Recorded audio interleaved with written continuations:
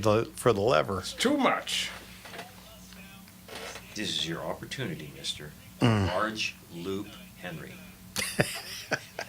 No. It'll end that 19-second stagecraft. I will go to the Winchester 94 Ranger in 357 and shoot 38s out of it to guarantee it's not going to work more than the first round. Those were bad. Man, Those were very that was my first cowboy rifle in 45 because I thought cowboys got to shoot 45, you know. Cowboys need to.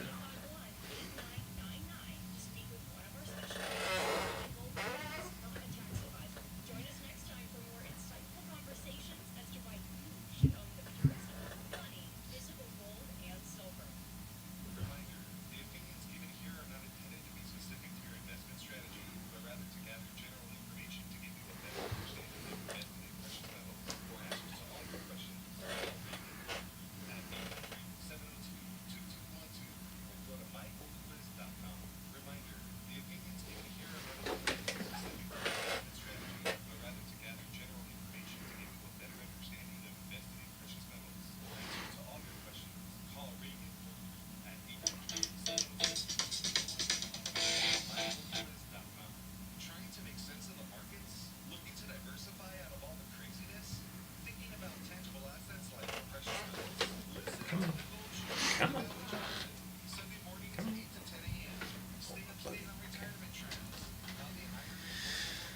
It smells like coffee. It's my second cup. It smells like happy. They're ready for a nap. We talk about the, we're not going to, but the gay pride. Berlin had its first gay pride my parade gosh. ever. Well, zippity frickin' doodah. Well, there's more to the story. Usual suspects. Somebody drove a van at high speed into the parade, killing at least one person, injuring 19 others, jumped out with a knife, started furiously stabbing people, and fled into the night. Was he saying Allah Akbar while he was doing it? Well. Just so happens. It gets better. Cat had been caught for making terrorist threats and radical Islam, and had been, what did they do? He already, I think, had been. He was sentenced to 28 counseling sessions. The day that he ran over all the people was his third one. Oh man, working. So that was Working working pretty well. charm. He had been forgiven he was supposed to be jailed for a year and something, and they Put get it out off here. again. Yep. Oh, No bail. Oh, let's do that here. That'll work. That's what they're trying. Yeah. so well. That's the idiocy continues. Oh man, and you can, The cultural suicide. well, and there's a great. I think the book just came out, but Empathetic Suicide by De Souza. It's just that these people are so afraid to be called racist or phobic about anything. They're gonna let their whole entire. They will cut their own throats. Yeah. The And woman it's- who had gotten beaten to death in Ireland by her Palestinian boyfriend because she had to leave America because I know one robin does not make a spring, but there is, according to Samuel K. Huntington, and yes, let me go pro as a political scientist, there is a war taking place right now. And what did Trotsky say? Whether or not you are interested in war, It's interesting. war is interested in you. Yeah. Wasn't it Khrushchev that said, "We won't destroy you. You'll destroy yourselves"? One of Come the on. great debates in world and political history is the Roman Empire. What caused the Roman Empire to fall? Did it collapse because it was invaded, or was it the suicidal rot that existed within it prior to that? Because it existed for almost 1,200 years. What caused it to go down? The answer was, when you stop being Roman, when you give up the duty, virtue, patria, and you just become concerned with how much stuff can I get. And he was mentioned before, when as soon as they discover they can vote themselves privilege. Yeah. Well, that quote comes from Cicero. As soon as a politician realizes he can buy the people with their own money, a democracy is lost. Yep. Luckily, we're not a democracy, but that's what the left keeps trying to shove down our throats. Right. You know, and unfortunately, the Republicans are the do-nothings. A lazier group of people. I don't think, you know, they can't even get this new bill for Trump. SAVE Act? Yeah, the SAVE Act passed. No, wow. You know, 80% of the country wants it or something, 75%. And these guys can't get off their ass to get this done. Shame on them. You know, maybe stop sniffing glue off of your. Hello, I'm Colin Bradshaw from Chevron Motorsports, and welcome to our 2020. Okay.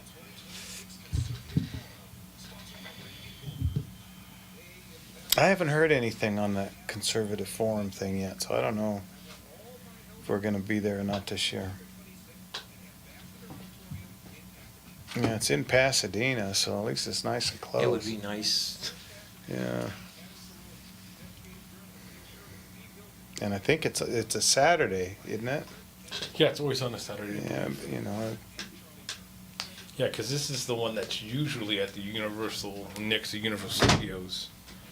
And Pasadena is a tad bit closer. Yeah, much nicer to get to than that. Yeah, that one that was out there by Universal was awful. The show wasn't Yes. awful, but the parking else. and yeah, Just getting out there. getting in and getting out of that place was a pain in the, you know what.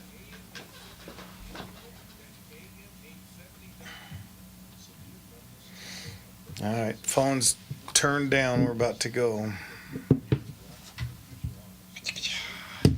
That too. What? That works.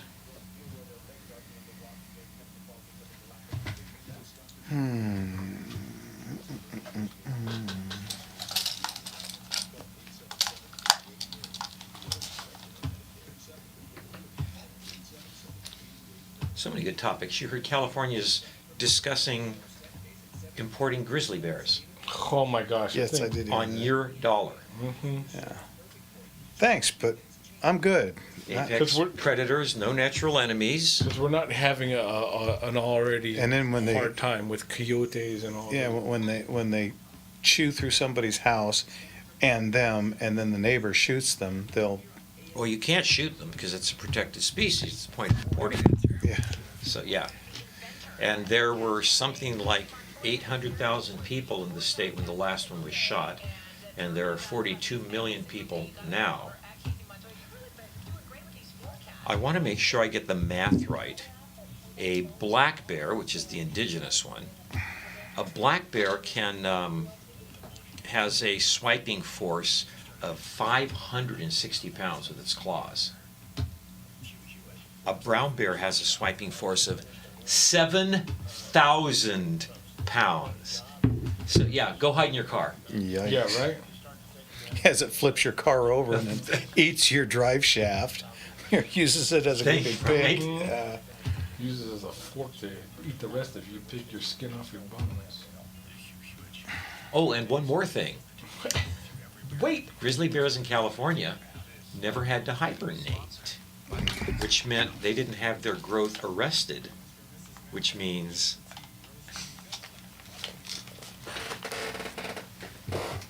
let's do it.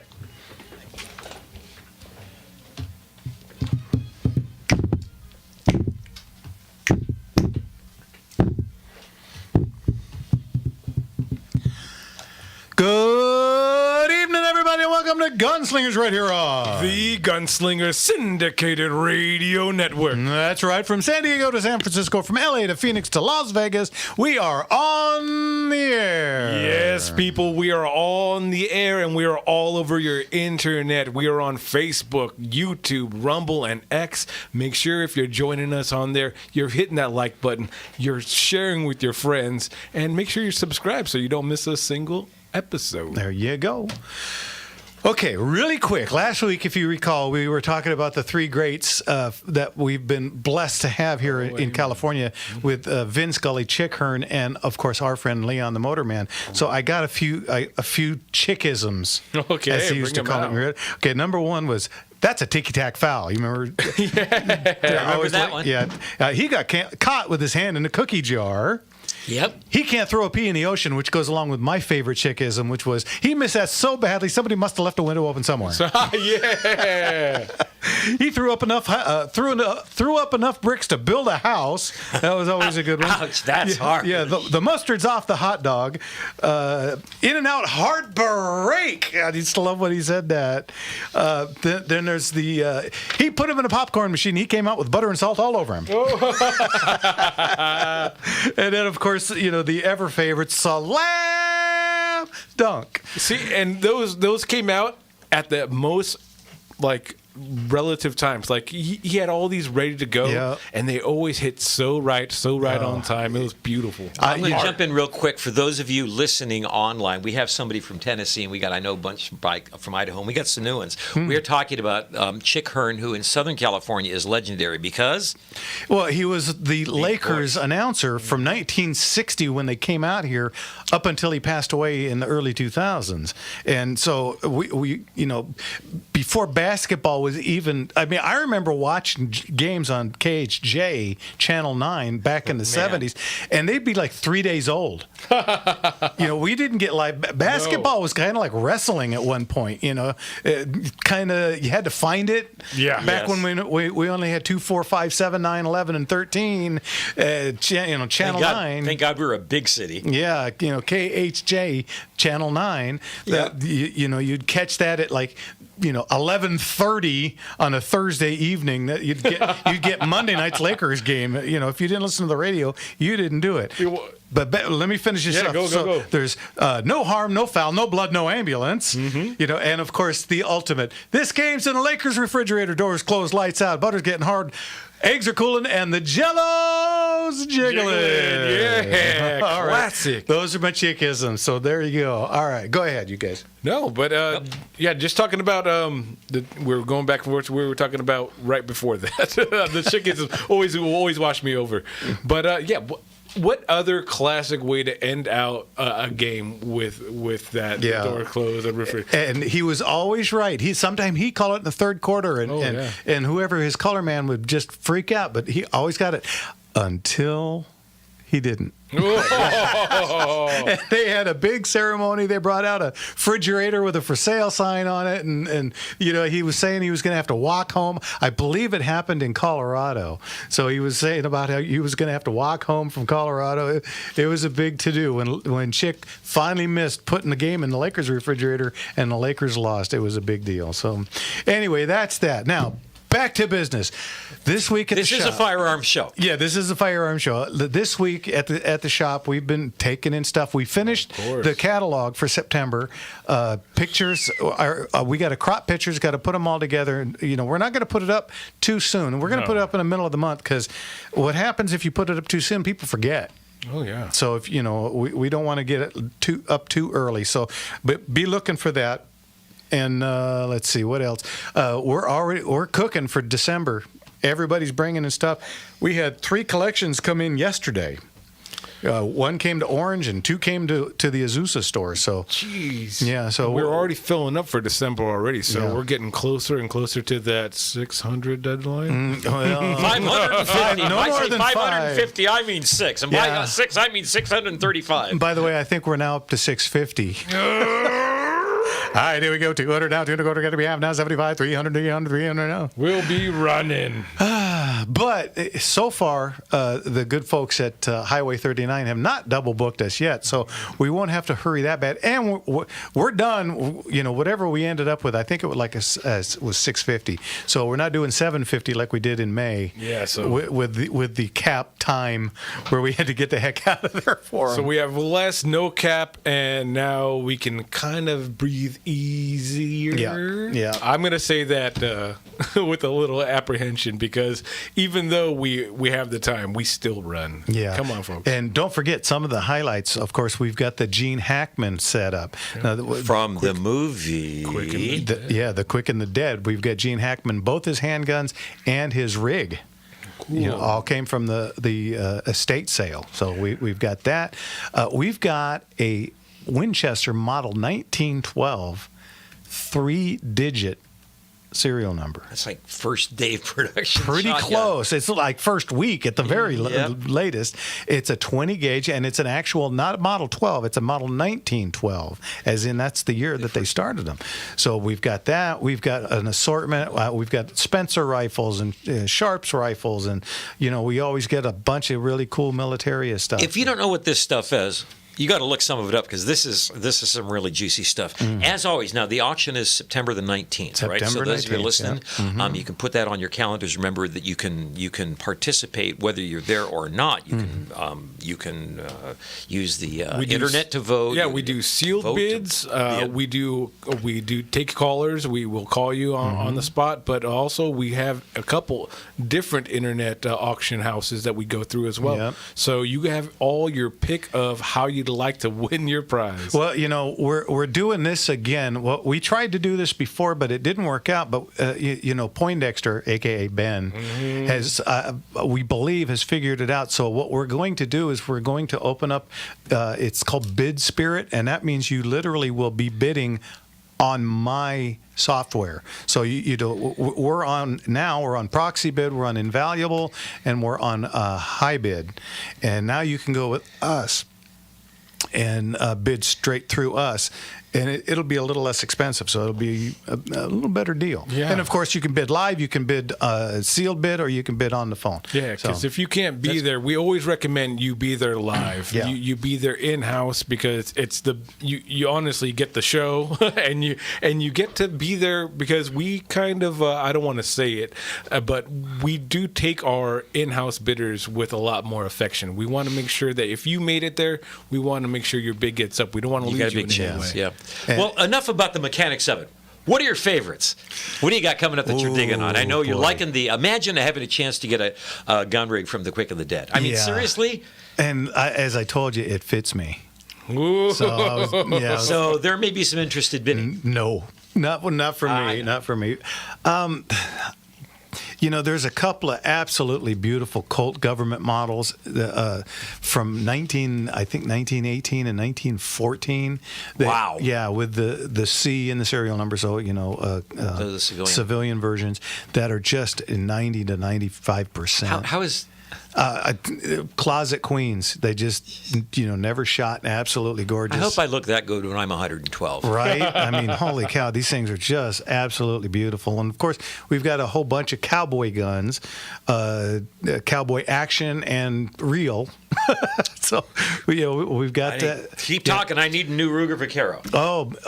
yeah, we've got a Model 12 that is, I believe, somebody's Wild Bunch. So gun. somebody's done the heavy really? lifting. Oh, yeah, it's already cut down to 20-inch, and it's got a butter smooth action. Side note, what are you using for a Wild Bunch? You using a 12? Model 12, yeah, Model 12. Please go on. Well, unfortunately for me, I've got a beautiful Model 12. It's got the full vent rib, the whole 9 yards, and beautiful upgraded wood. And the reason I cut the barrel was because, unfortunately, it used to be a 28-inch barrel, and right at the 26-inch mark, it had a bulge. Oh. So you weren't hurting anybody? No, it was that barrel was going anyway. And speaking of going, let's get to our friend Richard at the airport. Hey. What's going on, Richard? Evening, Richard. Extremely hot gunslinger. Yeah, that's us. Some of us hotter than others. Yeah, we'll get into that later. What's going on, Richard? I want to know what do you prefer, a magazine or a clip? Terminology or practicality? To be practical. Well, the only gun that I can think of that comes with a actual clip of any substance is pretty much the Garand holding 8. The other ones with C96 Mauser. Well, I was going to say the stripper ones, they usually only hold 5 and so on and so forth. So I'm not a big fan of those. And, with a good solid, double mag, you can get 20, 30, depending on the firearm. But I'm a mag guy. Yeah. There's a reason that has become the industry standard. Absolutely. Yeah. The clips, and of course, when we're talking clips and mags, guys, in modern semi-auto firearms, those are magazines. Clips go in your hair.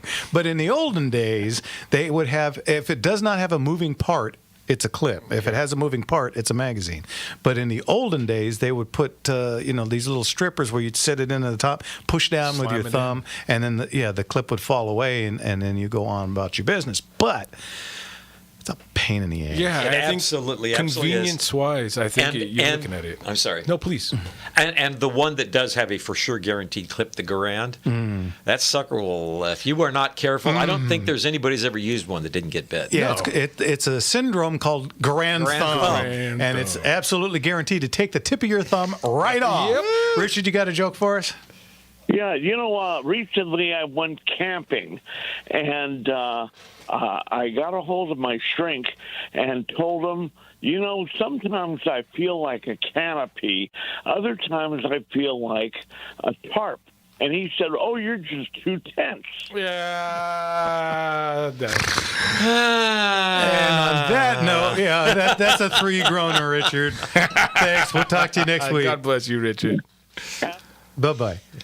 All right, guys, when we get back, Rick is still on vacation, so it's for him. phone calls time, and we do have one. What's that number? Come on, guys. You know you want it. 866-870-5752. Once again, that's 866-870-5752. You're listening to Gunslingers right here on... The Gunslinger Syndicated Radio Network. And we'll be right back.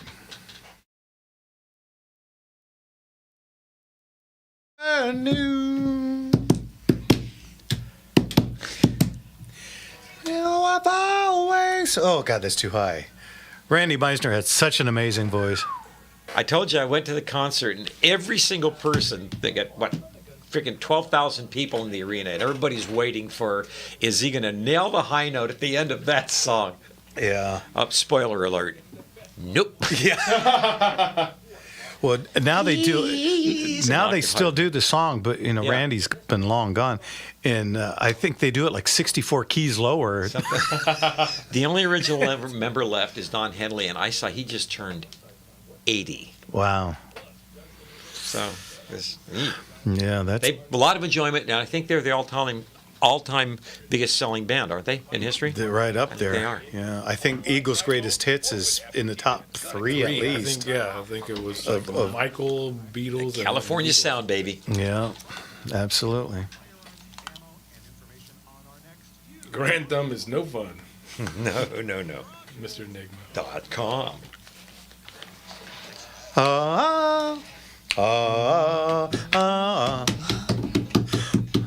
The way she walks. Little intro. The way she walks. The way she talks. How long have I had? Elvis. You know what? I If love this this whole song. thing, if this whole radio thing doesn't work out, what are the chances of it just forming an all-male doo-wop band right here? Oh man. And loving it. All right. Welcome back, everybody, to Gunslingers right here on. The Gunslinger Syndicated Radio Network. And again, if you want to give us a call, give us a call. What's that number, Jim? You know you want to come on, call in 866-870-5752. Once again, that's 866-870-5752. You know, you want to talk about your first gun purchase. You want to talk about what gun should you buy? You getting a CCW? What should you get? Give us a call. What do you, my favorite, what should you wear when you go into a gun store? Or not. Never wear camel. And of course, the ladies, give us a call. We love it I when have- the I ladies have an- call. Go ahead. Sorry. I have a news article to get the conversation rolling. Did you see that the CMP is going to be releasing M14s? M14s I did as see that. M1As? Yep. But of course, in California, it's a whole different story. We'll see. Yeah, we're not allowed because they have a flash hider on it as opposed to a muzzle brake. And the flash hider, which does not, hide the flash, it actually sends it in multiple directions. Making sure you don't miss it. Yeah, it's a misnomer that somebody in the Democrat world didn't like, so they did that. Anyway, But anyway, they're going to be available, and I think that's kind of fabulous. Yeah, usually we do have Rick to the from the people. CRPA on right now. Yeah. If you guys aren't keeping track, they're still putting up the information up. So crpa.org. Make sure that you're staying up to date yourself, and make sure you're helping out when you can, donating your money, your time, or just your presence there. Join. Join. Shame on you if you haven't joined by now. Yeah. We've got them, I believe, over 10,000 people to join at this point. So you thank gotta- you all there listening to us and helping them out, because they are doing all the legwork, folks. So make sure you're at crpa.org. Okay, so this week I went shooting. Good. Well, weekend. Yeah, Kathy and I went to. Yesterday was the Cajon Cowboys, and today was the Cowboys of Norco. And A lot of cowboys. yeah, a lot of Cowboys. Well, it used to be the Kodo Cowboys, and I still call them that, but they're not affiliated with that anymore. So now they're just the Cowboys of Norco. Had a good time. Had some incidences. Incidents. Yeah, I got nailed. I know I have a magnetic personality, but man, I was on hyperdrive this weekend. I got nailed everywhere. You guys, I don't know if you can see this on my nose. I literally took one that hit me in the finger so hard it ricocheted off and hit me in the nose and cut my nose open. So I look like a bloody mess. I got nailed here. I got nailed here. I got nailed here. I got nailed here. And this one, I was looking at my phone, and it wasn't even us. It was somebody from way down the way with the jacket and Jacket stuff. and ammunition. Because I've been hit, for 30 years, and I got hit one time right in the square in the chest by a good friend, Smoke Parnell, shooting a 45 at an old gong that had kind of mushroomed. That it cupped. Yeah, and that bullet went straight in and straight back. About 3/4 of it hit me right in the sternum and knocked me back about 3 steps. And that didn't hurt as much as this one. This thing really, I just heard this, zzz, and you don't have time. You think like, but you don't get out, and that's the end of it. And it Little hit me. reflex test there. Yeah, it hit me in the finger, went straight up and cut my nose wide open, and it's like, oh yeah, this is lovely. You are collecting brass the second hardest way. Yeah. I know that I am tempting fate by saying this. I have not got hit for 10 years. Hey, knock Wow. on. Seriously. Yeah, stand next to me. How about if I stand behind you? I was going to say, maybe stand in front of me for a while. Holy cow, I got nailed. I got two here on my chest, the one on my arm, the one on my finger, and one on my nose. And it's like, man, it was a rough day. And then, of course, I had to leave early because we had just one group shooting, but we had 22 or 23 folks in that group That's a shooting. good-sized group. Yeah, Take and a while to cycle through all of those. so it was taking a little bit of time, and so I Saturday's payday, and oddly enough, my crew likes.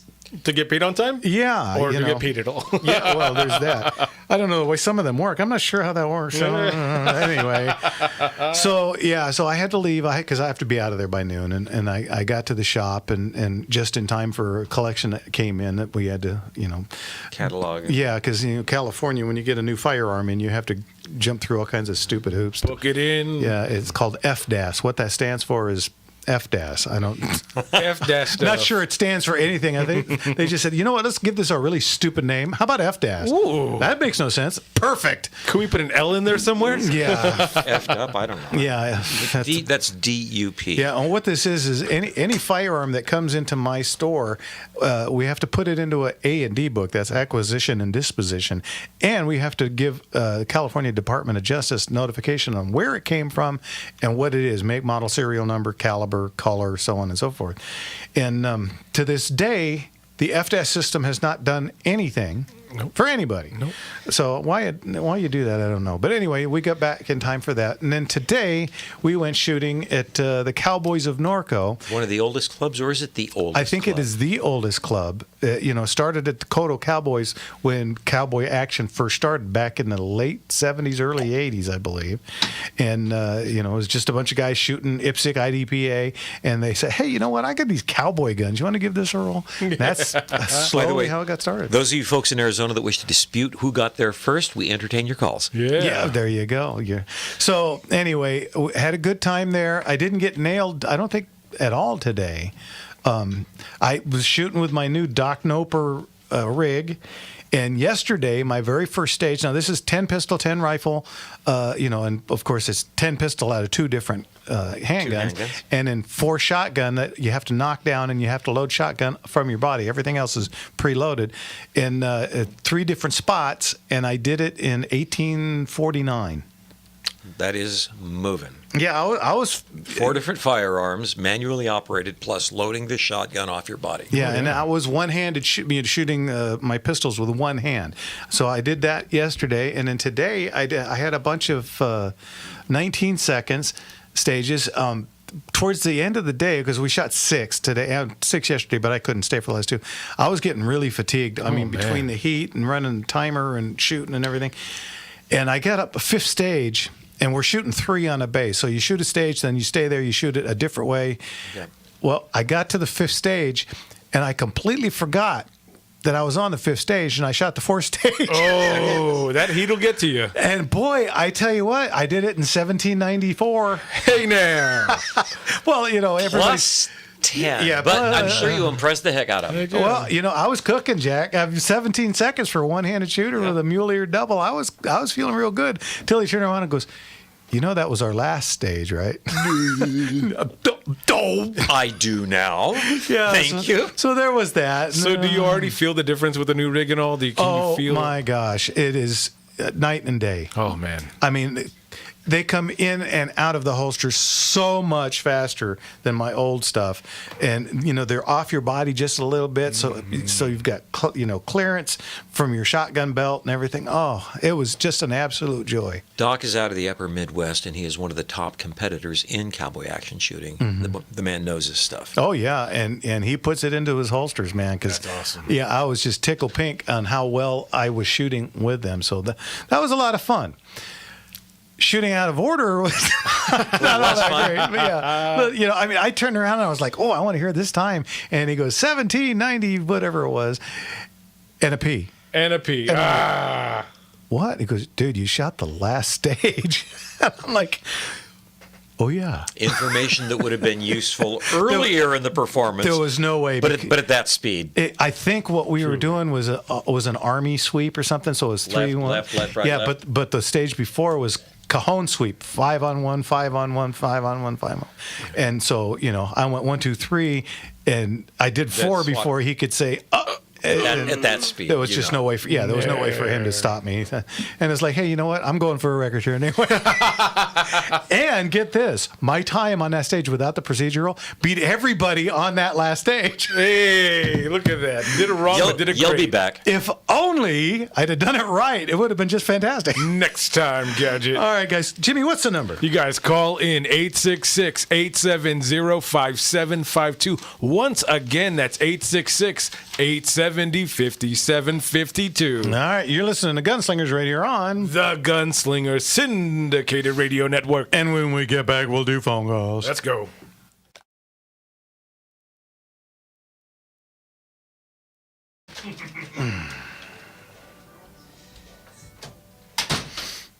I was just the MC at Eric Hallaby's live event with 150 attendees there to learn about reliable retirement income. Let's see what Mary had to say at Eric's event. Yeah, I listen to Eric Hallaby, so I finally have time to do something myself, and I'd like to set something up for my nephew. Oh, Eric. Oh, thank you. Yeah. Sliding one down for Jimmy. Rick says it was very muggy there today. I expect it was. I know that that place can be special mug. It was brilliant. Put that one for Jimmy. And yet you had a good house, which that makes me smile. I'm always concerned for the health and welfare of that club, and so many nice folks at that club. Yeah, we had 2 posses,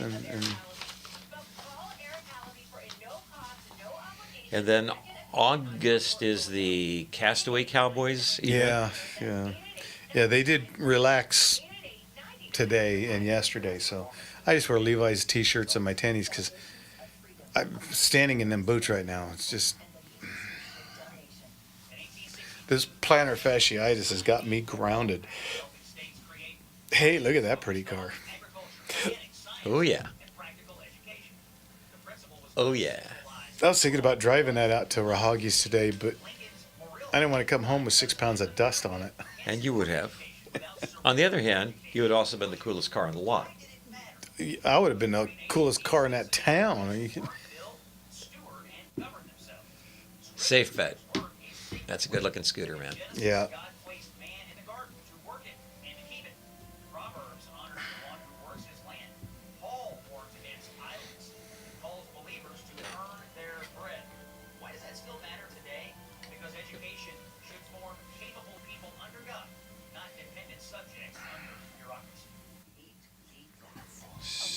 Gunslinger Live. There we are.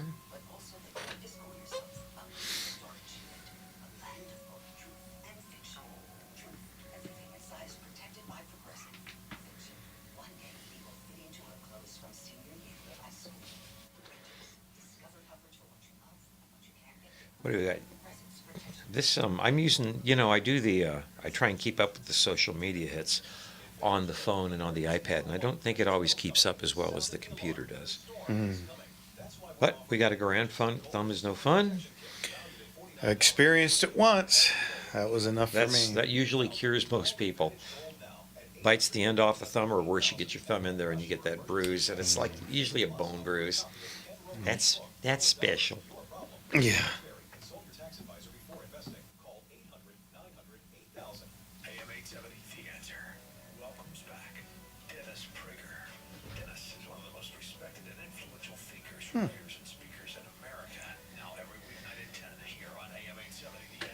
Interesting.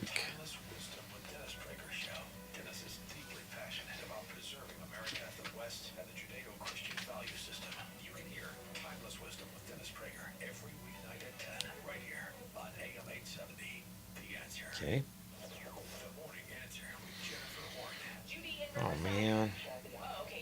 August 7th to August 9th. Guns of August in Ohio. Man, I would love to go to that. I would too, but we're trying to sneak into Arizona, Tombstone. Bordertown. Yeah. You should be able to do that. Yeah. That's a great fun match, and Yeah. Got that guy running today, guys. Oh, here we go.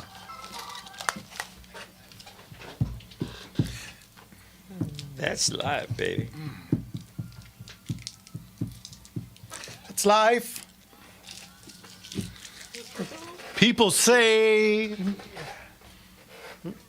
in April, shut down in May. Welcome back. I love this song. That's good. That is good. My tune. Welcome back, everybody, to Gunslingers right here on The Gunslinger Syndicated Radio Network. And like I said, this is the time where we start taking phone calls, so give us a call. You want something to talk about, get this. Favorite toy. Favorite toy. Yeah. And it can run the gamut. Yeah, well, let's go with gun toys for the most part. I've got a couple. In the 60s, I had one of those, you would know, but Mark, you'll remember, it was a briefcase. Oh, I remember you talking Absolutely. about Yeah, and it had a plastic knife that would come out the top or maybe the bottom, and it converted into a rifle and a handgun that popped out of the top. That was a cool gun. But the James Bond briefcase. Yeah, but my ultimate favorite in the early 60s when I was just literally on a tricycle was my Elliott Ness Thompson. I forget.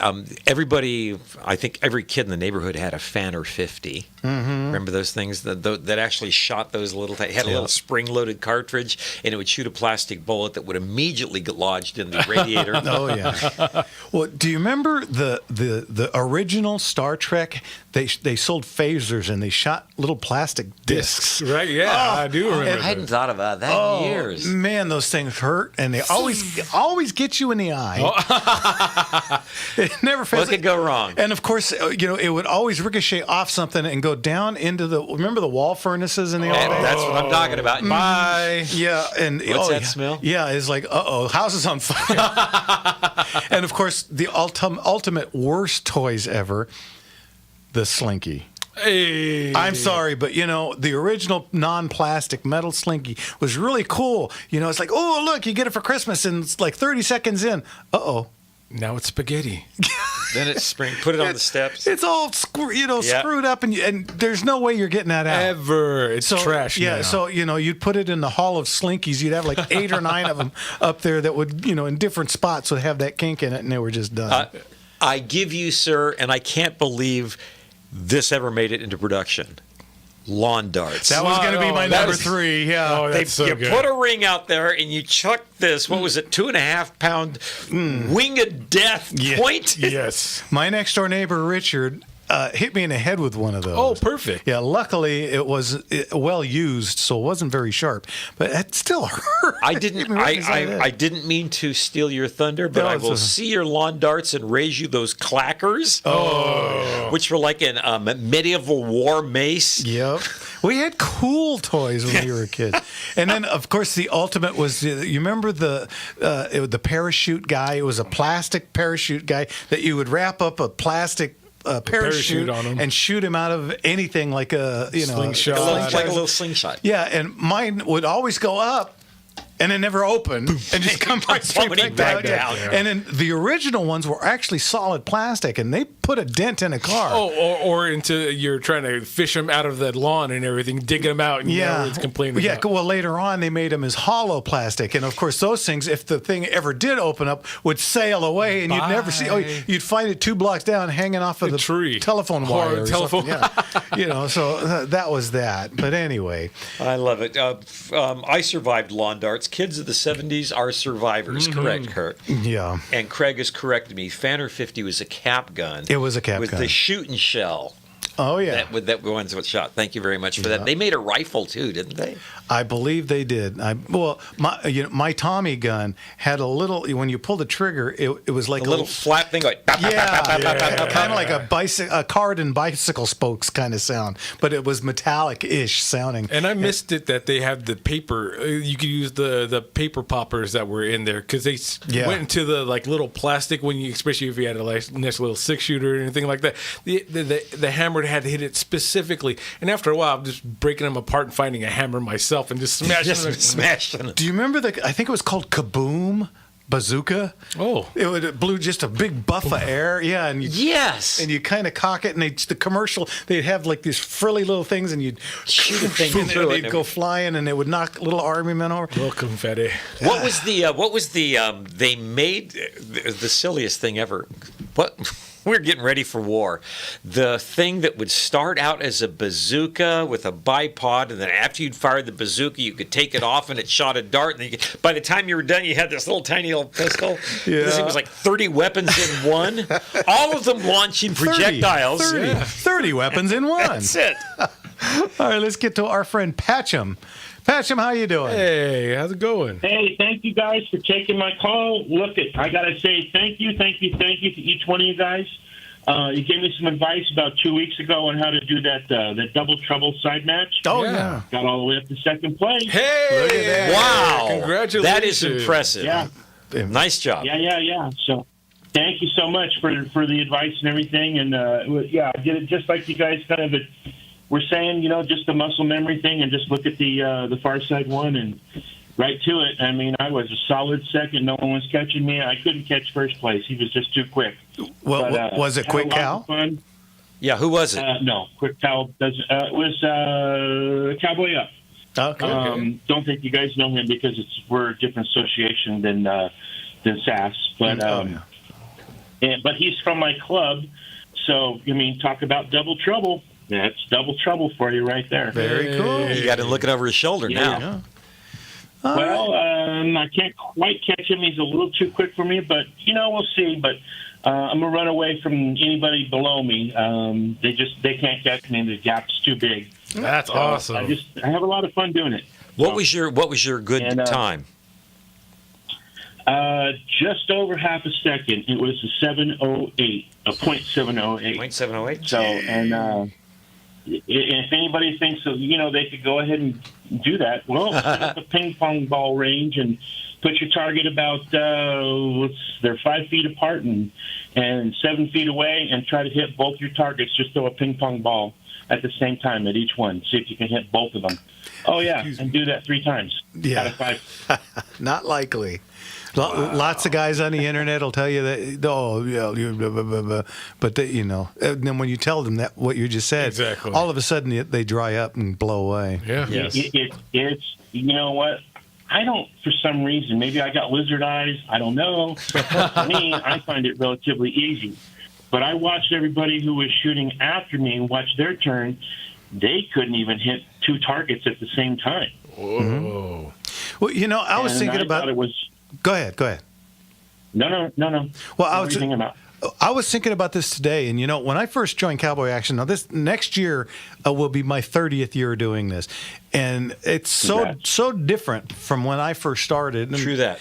And you know, we're really kind of going the way of fast draw because it's all speed now. It's not so much the bullet, whereas, you know, when SAS first started, guys were using 30-30s in their rifle and you know, shooting out for a long distance. Now it's closer, you know, much closer, and they're shooting, you know, lower loaded ammo. You know, most of the guys on the range are loading their own, and it's really kind of going the way, it's all about speed. Yeah. And what is fast draw, but if not all about Have to speed? argue. So, you know, I was thinking that we're getting kind of close to what you're doing, but go ahead. What it all? I think the phrase comes from Wyatt Earp, the real Wyatt Earp. Fast is fine, but accuracy is final. It's final. Yeah. Yep. I might have Love messed that it up quote. a little bit. Yeah, It's close enough. We all get it. All right, Passion. Yeah. Well, thanks for the heads up. Absolutely. And Congratulations to appreciate you. the call in. Thank you guys again. So, you know, I'm here in Tennessee this week, but I didn't want to miss the show. So, Thanks, Brian. Appreciate I'll be that. listening on the internet for the rest of the night. Thank you, sir. We appreciate it. We'll talk to you again. God bless you, Okay. Brian. Take care now. Bye-bye. Tennessee's a cool state. Heck yeah. They got, for nothing else, they got Nashville, they got Memphis. Yeah. I've been there. We went there in the band when Montecito reopened in the early 90s. For some reason, they hired a 60s cover band. You were that dang good. Well, because, you know, when you think Thomas Jefferson, Yeah, that's what you think is Trip. the Doors. Wow. Yeah, I know. That's a stretch, but did the check clear? Yeah, the check cleared, and We're good. yeah, and I learned what a chigger was when we were there. Oh, delightful. You find Yeah. one? Yeah. Or did they find you? No, they found me in spades. Anyway, we got a number. Go ahead. Yeah, we got lines open. Go ahead. Come on, guys. Call in 866-870-5752. Once again, that's 866-870-5752. All right. In the meantime, Well, we were talking about... what do you think of my analogy that we were kind of going that way? Another thing that made me a friend of ours. Well, I don't know if you've met him. I haven't met him in person. Mordecai Hunter. He is a shooter from the Midwest, I want to say. Yeah, I think Maybe he's Texas way? Texas, yeah, and he's posting 15-second stages. Yeah, and he's posting them on Facebook all the time, and I'm seeing him, and you know, he gets a lot of people say nice things, and he's getting people that are, you know, snippy, you know, oh, I could do Can you that. put it up publicly? And I love it when they do that because then that's when I jump in, and you know, and I always say, well, let's see your video. Come on, put it up. Got the evidence? I could do that with my 308 at 100 yards. Cool. Let's You'll see recall, it. Can't wait to see it. I hosted a show a couple of years back through the aegis of Michael Bain and the Outdoor Channel.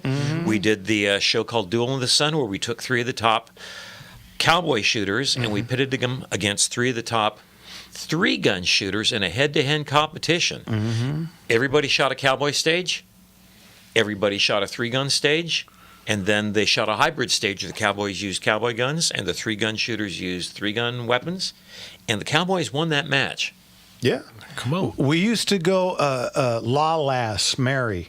Downtown at Elysian Park. We used to go to LAPD shooting range, Hogan's Alley, and we would shoot against LAPD guys. We had our own match there, but afterwards they'd always want to come in and they'd shoot their Beretta 92s back when they used them, and their ARs and a Remington 870, and we would shoot our single actions, our lever actions, and a shotgun of the period, and we kicked their butts. Cops and cowboys, man. Yeah. That's how it goes. I still have several of those cups. I won a few of those matches in a row. So I always had a good time, and it was cool to shoot Hogan's Alley. Yep. And they the officers would always want to see our guns, and I always said the same thing. Boy, I'm glad you're not against me. All right, when we get back, we're getting phone calls. Quick, what's that number? Again, guys, call in 866-870-5752. Again, that's 866-870-5752. You're listening to Gunslingers right here on The Gunslinger Syndicated Radio Network. And we'll be right back.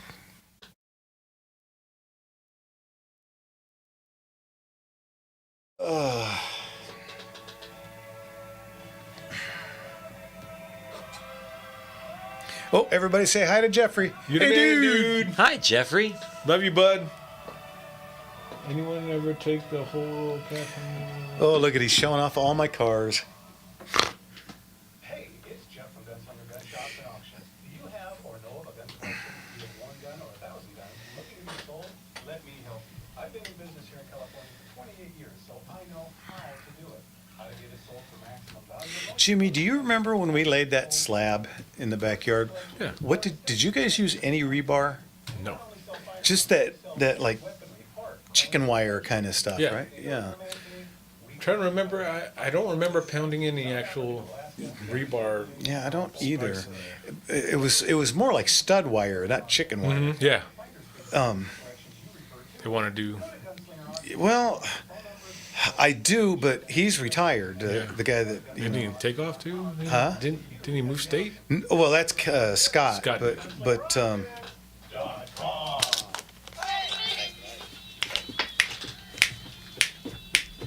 hey, hey. Cars and girls are easy come by in this day and age. Laughing, joking, drinking, smoking is my earn my wage. When I was young, people spoke of immorality. I don't remember the words. Oh my gosh. I did that song for years and I don't remember the words anymore.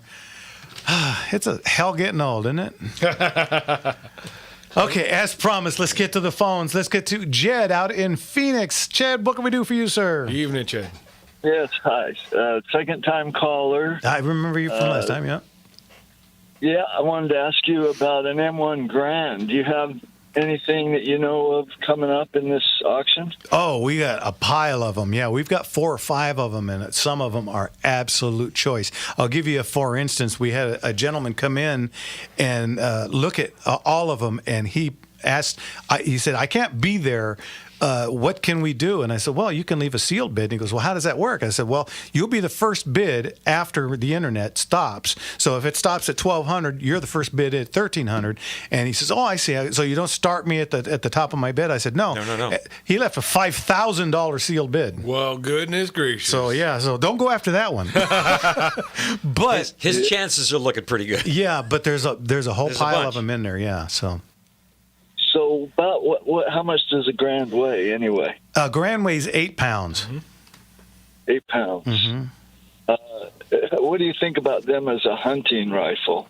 Can you put a scope on them? You can be very leery about putting a scope on a Grand because you don't want to bubba it. Don't mess up the receiver. Please. Yeah, they make scopes that will go on with just removing sight.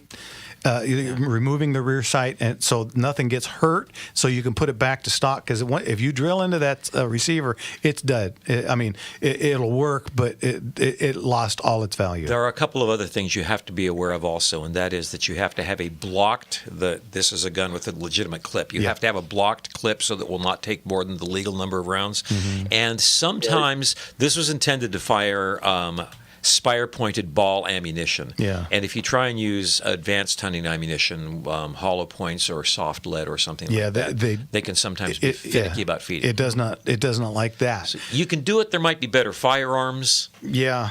But you definitely do it. Yeah. You got enough punch. Well, and they're extremely accurate. I mean, the 500 yards. What's the Camp Perry? Is it 500 yards or 1,000 yards? 600 and 1,000. Yeah. I know they do 600. Yeah, so they get out there quite a ways. So if you left it on the iron sights, it'd probably be an okay hunting rifle. It would be, but again, you got to be careful. I don't know if I don't think Phoenix or Arizona is any different than California as far as you can only hold 3 in the gun. If you're out there with an 8-round mag or 8-round clip, you could get in pretty big trouble. Right. Okay, right. so- Yeah, it's just 3 rounds, I'm sure. Yeah. So. Well, thank you very much appreciate the information. I hear they don't have much of a kick at all. They're really a sweet shooting gun. I would agree with that. And the ones in 308, it's like the 1911s and 9mm. It's just they really taste really nice. Yeah, wow, cool. Well, and I'll tell you something else you might want to look at: a Springfield 1903 that's already been sporterized. Yeah, we always have them. Yeah.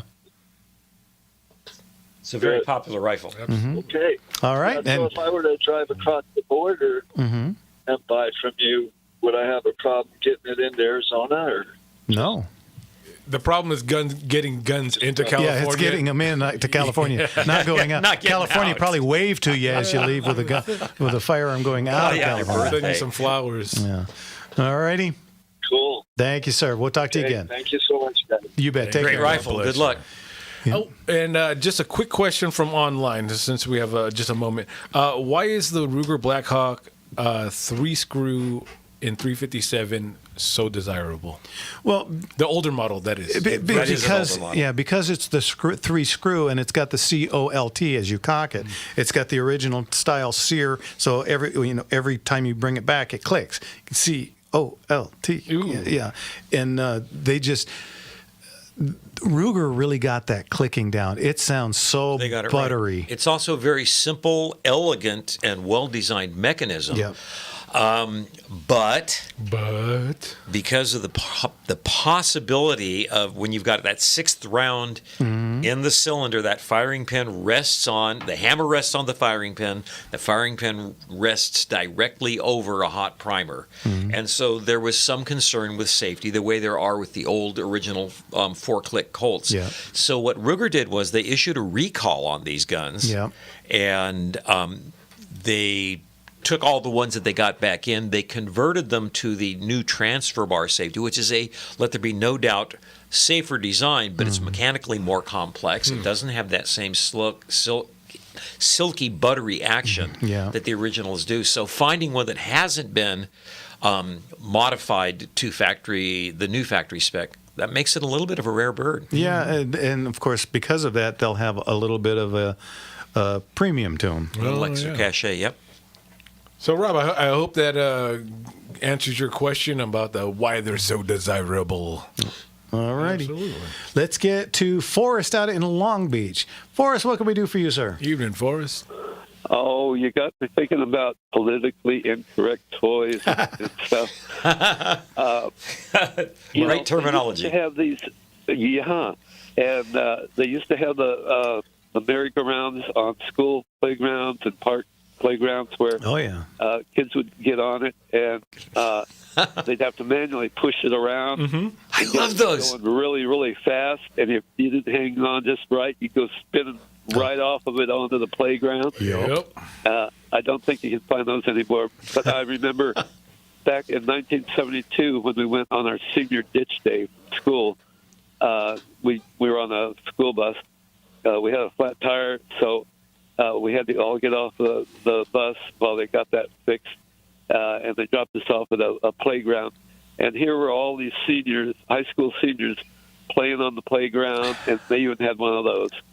Well, and of course, there was always the summer burning death slide. Sizzle. That bright chrome The sizzle slide. Yeah, Making bacon, baby. yeah, I mean, you'd leave a layer of skin every 3 feet on that dude. Yep. Get a weird 10 on your backside, and not on the front. Yeah. And you'd be lucky if you got to the bottom because you'd stick. And freaking 30-foot high swings. Yeah, somebody have to get up there with a spatula and Short shorts? get you off. Oh yeah, shorts, absolutely. Good times. The other thing was back in the 60s, of course, it was centennial of the war between the states. And they used to have this Johnny Reb cannon. And it had this rod down the middle of the bore, which would fit the cannonball. It was like a hollow plastic cannonball, which, I don't know, it was like maybe 6 or 8 inches in round. And you'd put that over this rod and push it all the way in. Of course, it was spring-powered. And then you'd fire it, and that hollow plastic cannonball would go shooting out and knock anything over. Oh, yeah. Yep. Much fun. And there'd be a little tiny sign on it. Don't use indoors. Not recommended to use indoors. Yeah. Oh, man. Those were good days. All right, thanks a lot. Thanks, Forrest. We'll talk to you God later. bless you. For us. Yeah. You know- All right. Well, real quick, it opens up lines. Yeah, come on, guys. Come on and call in and tell us what you remember. 866-870-5752. Again, that's 866-870-5752. There's still I take my youngest out to the park quite often. There's still a merry-go-round that's a manual push one, and the kid doesn't get dizzy. I get dizzy just watching him. Oh, man. And he's telling me faster, faster. And I'm like, that's gotta. When I was younger, that wouldn't be dangerous. Now watching him, I'm like, you're gonna either fly off or get sick all over me. So no, we're not going that fast. Jeez, you remember swings at the park, and you try to go over. Oh, yeah. You'd never The make Giants. it. And then when you get tired of that, then you'd have to jump off at the end. And it's like, to this day, I absolutely 100% know most of my injuries are from that.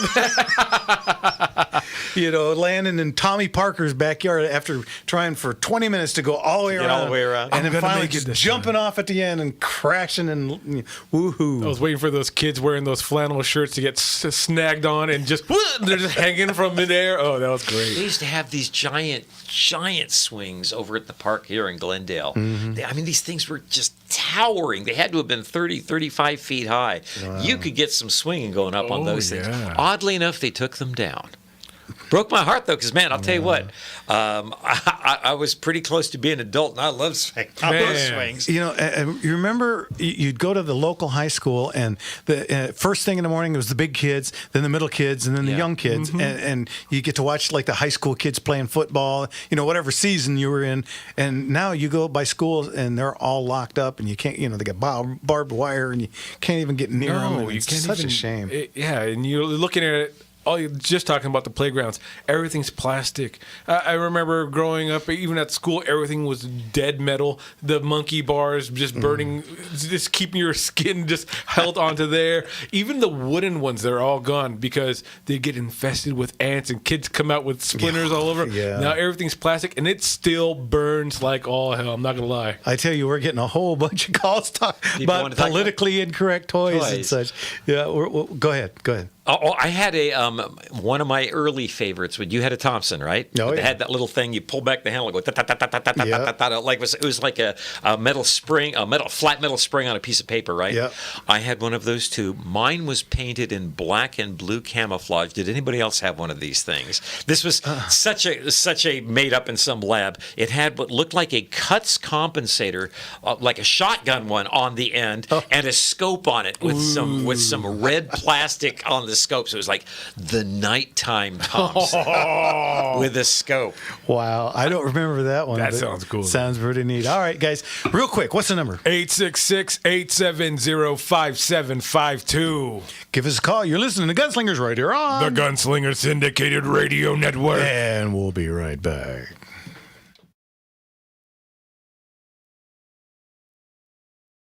That was an hour? That was a new one. Yep. Wow. What's he got on there? Oh, that's somebody at the That's range. me shooting there.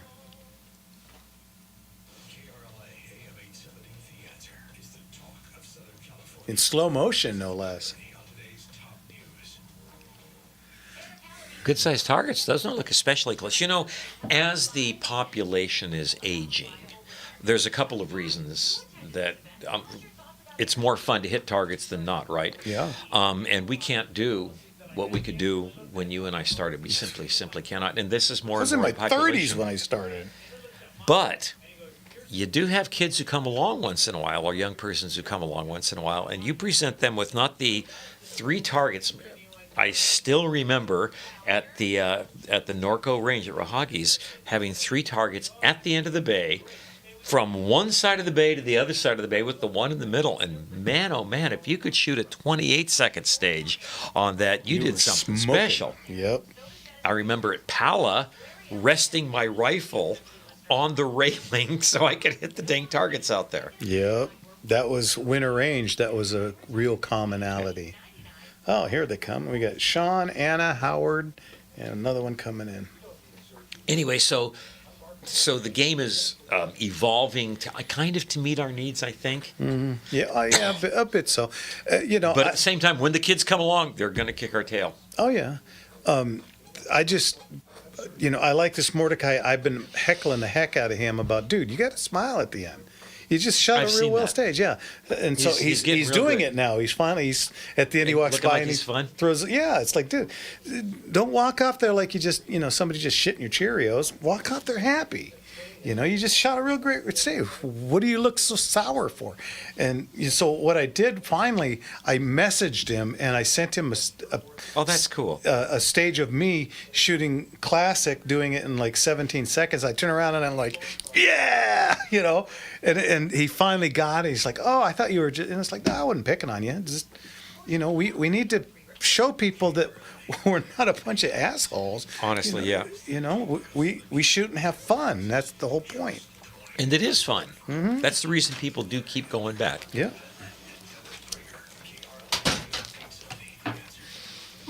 I shall miss it. What's that? I shall miss it. Go play with a plastic bag of broken glass. I was thinking about that. What was that guy's name? I mean, I know it's Dan Aykroyd, but he had Dennis Mainway or something like that. Mainway Toys. There was back when Ren and Stimpy was on, they had their offshoot of Slinky, but it was called Log.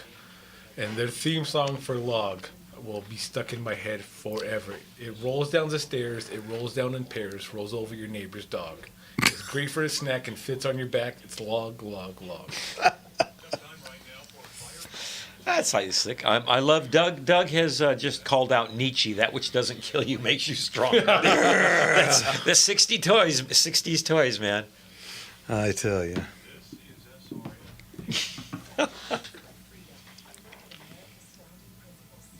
Oh, somebody wants to know something about shooting coyotes in the city. I can understand why you would want to, especially after they've eaten that third house cat of yours. Yeah. Yeah. It was lovely one morning. As you know, I live in Norco, and Norco, we've got the hills Oh, yeah. a couple of 100 yards from it, and the coyotes come out of the hills at night. And it's about a year ago, I come walking out my front door, and there's a literal cat's head in the middle of my grass. My neighbor asked me if someone was doing some type of vandalism in front of her house. I told her the night before I saw a coyote coming down the street, wiggle something in front of her door, and then took off with half a body of one of the local animals Muffy. and just walked off. Yeah. I was wondering what it was. I was like, that big dog's having a lot of fun over there. Yeah, unfortunately for them, Fluffy is just a That's tasty another treat. snack, man. Yeah. And I hope you declawed your cat so that it Yeah, can't fight back. Yeah. has no chance whatsoever. That's terrible, true.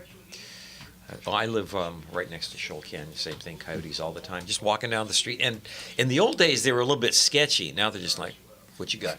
Yeah. Yeah, what you looking at me? Right. Hey, you wanna looking roll? at me? You want to roll? Yeah. I love to tell this story. One of my shooting buddies keeps koi in his pond up against the hills, and bears have started coming down. Oh, and boy. Koi are damned expensive. Yes, they And are. these bears are fishing $5,000 fish out of his because he's right backed up against Angeles Forest, and he has taken up archery. Oh, Well, you've been to Ron and Renee's. Yeah, You know, they've got that huge koi pond, and I wonder about that because they're up in the. they're close enough. Yeah. And oh boy, the minute one finds out about it, they yeah. all know. you're They done. get on the Yeah. bear cell phones. never believe this, dude. There's these crazy looking gold fish. It's like the size of a freaking meatloaf, and they keep putting them in there. got a buffet over here. It's amazing. And they don't jump out at all. Telling me that you'll be true. That's all I ever get from you. And 'tis for you. The Knickerbockers, I think, right? Wow, you come up with that? That's pretty good. We used to do this song. Welcome back, everybody, to Gunslingers right here on The Gunslinger Syndicated Radio Network. And our phone lines have blown up. So Come on. we're going to get to phones, but might as well give them the number one more time. Come on, call in, guys. 866-870-5752. One more time, 866-870-5752. Because this is our second Power. Packed hour. That's right. Thank you very kindly. All right, let's get to Howard in West L.A. How are you, Howard? Evening.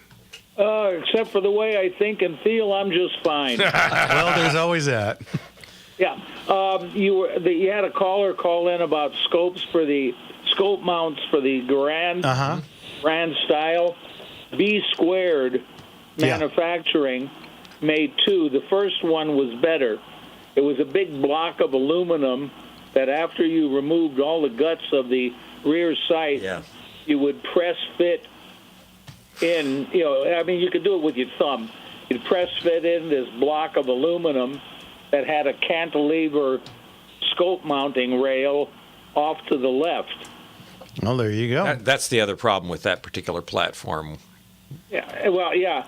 And then it had a peep sight that was set up to work with the Garand. It was a thumb screw. And I talked to a guy who was trying to zero in his scope at 25 yards. That's what you need a scope for. Yeah. Well, he didn't know what he was doing. And I asked him, is the peep sight that it comes with, is that on? And he says, yes, it is. So he had an Outers rifle mount, and it had altitude and azimuth controls. We aimed his rifle at a 200-yard target and brought the crosshairs over, and it worked just great. There you go. Yeah. But you got to remember, use the first version with the solid block of aluminum. They made one where it wasn't a block that filled the pad in the rear sight. Right. And if you, according to the American Rifleman, did a review on it, if you over-tightened the bolt that held the scope mount together, you could snap the ears off of the where the other one you couldn't. Yeah. Because It was the press ears fit. were Right. supported by the block of aluminum. All right. Well, Howard, I'm sure Jed out in Arizona appreciates that. yeah. And Find it. I don't know if they're still making it. I don't know that they are either, but you can always go to the CMP and try and get yourself an M1D. That which will, which already comes with a. Or here's another idea. There is not a gun store in America or an auction coming up on September 19th where you can't find a decent hunting rifle, honestly, for $300. Yeah. Which is kind of tailor-made to the task. Not There's trying that. to crush anybody's dream. But Also, 9.5 pounds loaded. It's tough to drag around. Mm-hmm. Yeah. All right. Howard, as always, thanks for the call. We'll talk to you again. Okay. God bless you, Howard. All right. Thank you, sir. Bye-bye. All right, let's jump over to Anna in Long Beach. Anna, what can we do for you? Evening, Anna. Hi, good evening. I was calling about the inappropriate toys. I had a wonderful childhood. My mom worked swing shift for Mattel Toys. Oh, So boy. Came in talking about Fanner 50s, talking about bullets. I'm going, no, those were caps. Mm-hmm. And, oh, God, we'd get rolls of those caps, and we'd sit on the curb with a hammer. Yeah, and shoot 'em off that absolutely. way. We played with the guns. There was some kind of toy they had. It was a rocket. Their toys were made out of metal. There was no plastic whatsoever. Yeah. And it was some kind of rocket that was propelled with like some type of a rubber band thing. That thing would go up in the air about 30, 40 feet, and it's like, look out when it came Yeah. It's like no one thought of that part. No. Don't go out with Sunday. Those caps in the old days, you could rub them on a curb and they would And pop. they would go off. Yeah, they made them things to do damage. Anna, you must have been the coolest kid in the neighborhood. Oh, yes. Me and my sister, absolutely. Everybody wanted to be our friend, and it was really bad at Christmas time. I feel bad for my mom because all the neighbors would come over because there was a store where she could get a discount. Oh, boy. Yeah. Of course, we had the Barbie dolls. You only really needed a couple bodies because the heads were interchangeable. Yeah, we had pop 'em off. Little suitcases, furniture, cars. You name it. A raccoon hat, I remember. But I think probably the craziest toy that we ever got from Mattel, and I don't know if it was called Creepy Crawlers, but it was some type of a hot plate that you plugged in.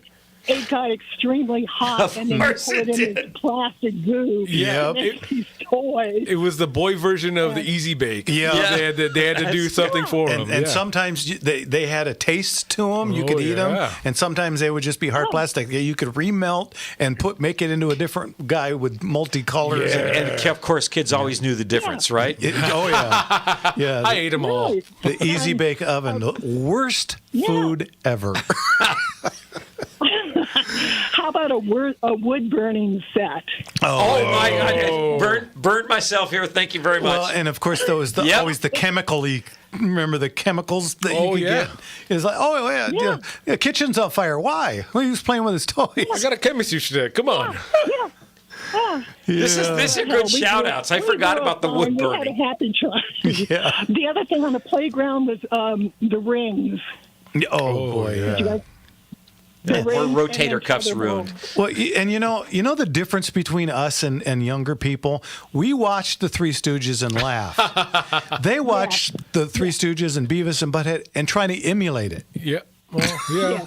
That's the difference. We knew it was not something you want to do. It was just something silly. These guys go out. That's how Jackass made a living. Yep. They pretty much try to be that. Yeah. Living cartoons.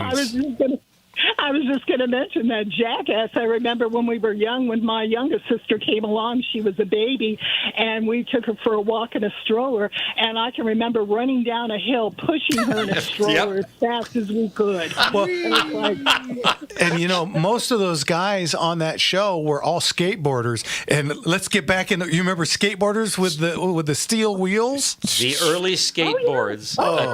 A 2x4 with a metal skate pulled apart and hammered into that thing. And if there was so much as a grain of sand or a leaf from a fern, that thing was going to stop and you were going to face plant. Ejected. Road Rash was my literal middle name. I mean, holy cow. That's how you got the real holes in your jeans right there. That's how you really did it. Anna, thanks for the call and memories. Good shout. call. you're welcome. Thank you so much that I could share. God bless Take you. care. Bye bye. That's cool. Okay, Working for Mattel. What do we got left, Ryan? Yowza. 3 minutes. All right, let's get to our friend Sean out in Covina. Sean, how are you? Evening, Sean. Greetings, the three amigos. Why don't I go straight into the inappropriate toys? Okay. In Mark's shooting gallery, you had single shot or auto. Yeah. 2 ducks. Remember that old thing? I do. Yep. I actually have one. Bowl berry. I have. Oh, I good. still have one of those in the box. Yep. Oh, in the box. Still in the box. Yeah, Yeah. and it came with a battery. So that taught me one thing: full auto sucks. You can't hit any. Absolutely. And then also, I had the Tommy guns like you, both the M1 and the 28s. And then my favorite one was the battery-operated 50 caliber. Oh man, yes. I don't remember that one. Yeah, you push the plunge. You push the little plunger and Yep. Oh wow. Oh yeah, I don't know. I don't know. It was either Italy or Hong Kong made it, and totally inappropriate. And then of course, if you went to Disneyland or Toys R Us and you got the Civil War muskets, and of course the caps, we could form a line of scrimmage and whatnot. The Daniel Boone, Davy Crockett version of those. Yep. Oh boy, good stuff. And let me talk to Jed. I think it's a bad idea to use an M1 Grand for a thing because he's probably gonna put the wrong bullets in it. The only time it's a good idea to use an M1 if you convert it to a bullpup, as you agree, Jeff. Yeah, it's a great gun. They're very accurate, but I would not take one shooting. On top of which, they're very heavy. And I don't like the look of a synthetic stock. But if I was to go hunting, I would use one with a synthetic because if you drop it, you just pick it up and keep going. You drop a wood stock and you crack it or you scratch it real bad, you've just ruined your day and your beautiful firearm. I'll tell you a story about that when we're done, but man, certainly not with a Garand. Yeah, no, absolutely. Anyway, Sean, we're coming up on a break. Go ahead, real quick. Why don't you tell them that story about the worst bubbering of an M1 Grand, that bullpup that came into your store and you had to bring it back to life? Not a tanker. Yeah, no, it was an actual bullpup. It was the ugliest thing you've ever seen in your life. It was definitely different. Ouch. Anyway, Sean, we got to go. We're coming up on a break. Thanks. Okay. We'll talk to you again. God bless you, Sean. My eyes hurt. We now have some lines open. We were full up, but now we got some open. Quick. Come on, guys. Call in 866-870-5752. Once again, that's 866-870-5752. You're listening to Gunslingers right here on the Gunslinger Syndicated Radio Network. And we'll be right back. The other day. Shout out to Craig. In 1957, I had a red and blue plastic water rocket. Remember those things? Yeah. And they made apparently a 2-stage one. I remember pumping those things up. Yeah. And those would come up, and they come at half down, half filled with water, and clonk you on the noggin. Oh man. Well, and then they had the stomp rockets.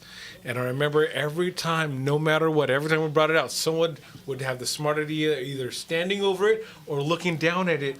And then you just have that inclination of, pop right in the eye. Someone's on the floor, or they're trying to be funny, and you get them right in the ding. Ay, ay,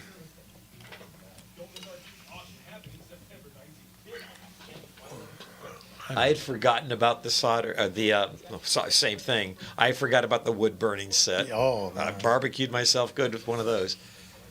The hell were they thinking? Oh, they weren't. Let's get this thing up to about 1,000 degrees and then give it to kids. Yeah. Have fun. Don't call me when you're hurt. They used one of those on the original Andy Griffith show. Opie had one.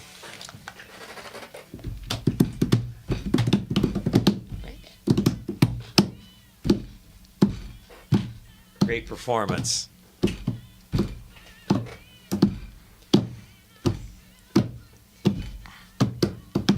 Would it be a devil in me, or was this the way I'm supposed to be? We're having a...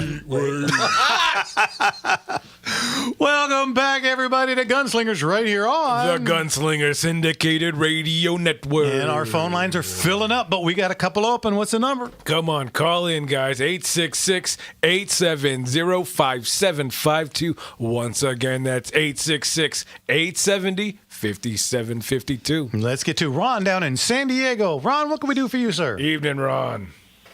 I'd probably be calling a little ahead of time. I'm 84. I've got 40 guns. I've collected ever since I was a kid, and I'm kind of looking ahead of time. I'm not ready to kick off right now. But, good. Yeah. I want, if you understand what I'm saying. Mm-hmm. Anyway, I want to look. I know if I go to you guys for an auction, it'll be better than if I just kind of farm them out to a gun store. It would what be, are we talking about? What the typical your charge? How do you do that? Well, believe it or not, Ron, I probably answer this same phone call 6 or 8 times a day. We get people calling us from all over the country with the same I question. probably should have looked at your website. I'm sorry. I just came home and I thought, well, I'll give you a shot. You know what, Ron? I'm glad to do it on air, so don't worry about it at all. I got 3 Rugers and 6 or 5 SIGs and a couple Glocks, double barrel, single barrel, semi-automatic, a 122, 250. I used to have Swifts. I used to do a lot of woodchuck hunting years ago, and I like the Swift because it hits the chuck before you ever get the trigger fully pulled, thing. So, but anyways, I've got 40 guns, and I probably give some of them to my kids, whatever they want or don't want. I got an 1893 Marlin 3030. I didn't know that. I know they make it 94, but I didn't know they made a 93. But this is a 93 for sure. But yeah, anyway, go ahead. What are you going to tell me? Well, the thing is if you take this to a local gun dealer and try and sell it, they'll buy it, sure, but you have to understand that they're going to have to buy it at a price, and because of course I understand that. Yeah, no, I understand. But see, when you bring it to me for auction, we become partners, and the more you make, the more I make. So it behooves me to try and get as much as I possibly can for your firearm, because the more you make on the sale, the more I make, because I get a percentage of it. And the percentage, I don't have, nothing is in stone. We'll talk about that when you decide that you're ready to come in. Bring them in. We'll take a look and we'll discuss that, and we'll make sure that we're both happy with whatever the. Yeah, they're all in really excellent condition. I got an 1893 Winchester. 3840. It's okay. It's probably a 92. But probably a 92. They're all in pretty good condition. I haven't done much. I'm 84. Okay, I've been a missionary for 5 decades in Thailand. Amen. Good on you. Bible translation stuff. We're here now and kind of closing up shop a little bit. I want to take care of this thing before. Sure. It gets out of hand, and I end up going to be with the Lord, and my wife is left with a safe full of guns, kind of thing. So that is prudent on your part. I want to add one other thing to what Jeff was saying, and that is when you put it into a store, you might have a dozen or 20 people a week walk in and take a look at it. You put it up on Jeff's auction, you've got thousands and thousands and thousands of people because of the internet, literally all over the world. Yeah, we literally sell from South Africa to Alaska. Yep. So, I mean, I do have a buyer in the North Pole. Yeah, I got SKS, and it's got the spring and the firing pin. It doesn't automatically fire. Some of them, they didn't have a return spring, Right. But this does. Okay. But anyway, yeah. Well, Ron, I'll contact you guys later. Is there anything else you want to add? I was just to say, when you're ready, give us a call, and we'll work this out. I'm in San Diego. We just picked up a collection there the other day. Really good condition. I haven't fired much lately. I used to shoot all the time, but I don't anymore. Skeet, trap, everything, kind of deal. But, I appreciate it, and we'll talk to you soon. Thanks so much. Thank you, sir. Tell me your name again, sir. God bless you. Okay, I'm sorry, I didn't hear you. What's your name again? Jeff. Tell me, please. My name's Jeff. Jeff? Yes, sir. Okay, thank you, sir. I'm Ron. Thank you. Okay, we'll talk to you soon, Ron. Yep. Take care. Thanks, Ron. Bye-bye. And just a little bit of cherry on top of that. Remember, folks, when you're coming into the auction and you're putting stuff in the auction, you become partners with Jeff. You guys are working hand in hand, and everyone's gonna do their best to sell your item the best. So make sure that you come in with that optimistic eye. And a lot of people want to come in and bring them in and put them on consignment. And here's what happens with consignment. You're going to have, say, 30 firearms, and a few will get cherry picked, the best ones that you got. And unfortunately, because in a retail store, you'll have guns you'll come back 2 years from now and they'll still be there on the shelf. And I have a retail store. I mean, I don't have just the one auction house. Right. I have a full-on retail store, and I'm available to do that if that's the way you want to go. But I don't recommend it for that reason. No. I up until COVID, when we literally sold everything, we had one gun there. It was a 12 gauge. You remember, Jim? Yeah, bolt action. 12 gauge bolt action. I believe it was a Marlin goose gun with the 64-inch barrel or something. It was. We used to call it the satellite shooter because you could reach out forever. And that gun was there for 7 or 8 years. years. And it was like along came COVID. Yeah, and we had literally everything was gone except that one gun, and somebody came in and bought it. Yeah, we would seriously go out there and just show it to people. But like, how about this? And we'd get laughs. Yeah. COVID came around. People were like, "I need whatever that is. It's the last thing. I need it. Go ahead." Worst case, I can use it as a jack handle. Oh man! Let's get to Mark out in Woodland Hills. Mark, what's going on? Evening, Mark. Hello. Hey, Mark. evening, brother. Good evening.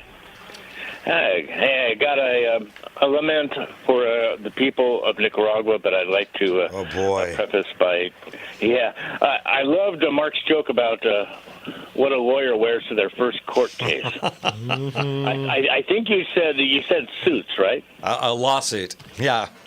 Lawsuit. I was thinking actually you were going to say they were wearing their briefs. That would also have done underneath the suit. I was going to say underneath the suit. Yeah, okay. Hey, listen, there's two books you might be interested in. Revolutionary Snipers, and this is written by Patrick O'Donnell. Patrick K. O'Donnell, I don't know if you're familiar with him. He also, the subtitle is Washington's Commandos. You're the second recommendation on that book. I've ordered it. Oh, excellent. And Eric McTackis, you might have seen some of his media recently about the book Revolution, talking about the lesser-known heroes that were in service of our struggle for independence, almost down to a granular level, actually. Unbelievable. All these unsung heroes, you know. But sadly, I don't know if you heard in the news the last couple of days, but the dictator of Nicaragua, a country I've actually traveled extensively in it, and it's a perfect example of what happens when citizens are disarmed. Oh, no, it's the militia. Big brother government will help you. No. I'll bring him up to speed, Mark. He has announced that they don't need elections anymore. That I was just about ready to hit you with that one. Didn't mean to steal your thunder. No. That's what the news that was breaking. Actually, I can't believe Legacy Media actually covered it for about 13 seconds. Yeah. But he also says he's going to build a wall against the opposition. Hey, well, listen, I've traveled that area, and like if you go up into the autonomous provinces up on the northeast, on the Atlantic or Caribbean side, north of Bluefields. Bluefields, yeah, the Mosquito Coast. English. Yeah. Oh, I love it. Yeah, you can take the ferry over or plane over to my favorite spot in Central America, and that's the Corn Islands. I used to not even tell people about it, especially when I was on a travel show, because I didn't want to ruin that spot. But it's got some of the best scuba in the Caribbean. You can fly or take a ferry over to Big Island, the Big Corn Island, or go to the Little Corn Island on a poog, one of those real small canoes. And that's even more primitive, but it's beautiful. Spanish galleons down about 2 atmospheres, and they haven't been molested. Wow. It's amazing. The people are wonderful. Now, listen, you could go to these small homes anywhere from, say, Bluefields North, and you would, quite often, you'd see a picture, of course, you'd see a picture of Jesus on the wall. Yeah. But you might also see one of President Reagan, I swear, President Reagan, and I even saw a couple times, 2 times, Colonel Oliver North. Wow. Somebody I met in the Marine Corps actually twice. But there were a lot of them that were doing cross-border logistics, as it were, right? They were resisting the Sandinistas as contras, cross-border logistics. In other words, they were smuggling, armaments and the like over who knows what else, right? But, folks, this is what happens when you don't watch your rights and defend them, because they'll be taken away. And this is not an isolated instance. And guess what? It could happen here. It could, we're not... The way we're heading, Mark, it's going to happen here. I mean, there will be resistance here. Yeah, there definitely will be. Yeah. We are still a cowboy country. Yep. And we are rebellious by nature. So it's gonna get ugly. But we got to tap into it. We need something. Soon. Yeah. Could pass the Save America Act tomorrow. He was the one who drummed up the votes for his big daddy, McConnell. McConnell the zombie right now, I guess. His wife goes over to China back there to visit her CCP connections, high-level family connections, and the shipping company that ships all their plastic crap here. Yeah. Thank you. That's why I don't patronize Walmart. Yeah, Mark. Yeah. That's wonderful. We got to go. We're coming up on the break. Thanks as always. We'll talk to you again. God bless you, Mark. All right, brothers. Take care. You Cheers. too. Bye-bye. All right, guys, quick. What's the number? 866-870-5752. Again, that's 866-870-5752. We're coming up. We only got a half hour left, guys, so give us a call. Roy in Santa Monica and Don in Culver City. We'll get to you guys right after the break. You're listening to Gunslingers right here on the Gunslinger Syndicated Radio Network. And we'll be right back. Yeah. Me when I beg you, oh, don't ever leave me. No. Creepy crawlers. Yeah, I forgot about them.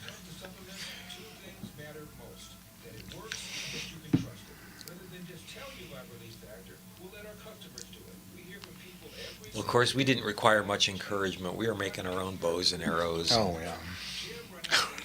On rainy days, making little boats for the gutter. Yep. We had a huge flood up where I lived once, and we made rafts, and we would pull out. There was a huge lake formed literally next to our house. It must have been a nightmare. But we would pull out onto this thing. We just, God darn. Yeah. We were outside about 16 hours a day. Yeah. Growing up as a kid, my two favorite books were Tom Sawyer and Huck Finn. So there you go. Yeah. And believing all that was possible. You know what? It speaks so much of the American spirit of that particular time. Lord knows what we have become. But just that incredible optimism and adventurism, right? That has never left me. Yeah. And I like Tom Sawyer, but Huck was the cool one. I identified much better with Huck than I did Tom. Still kind of do. Yeah, that's for sure.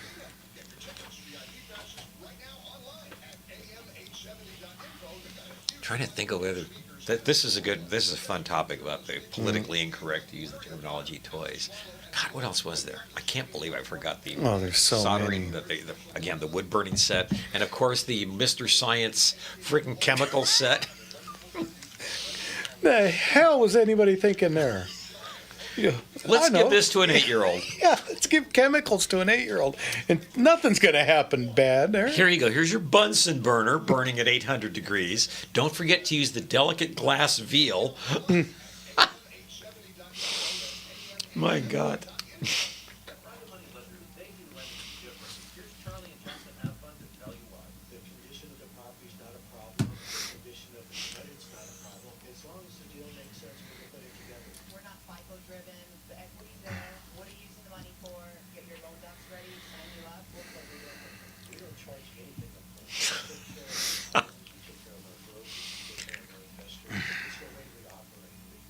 That kaboom thing.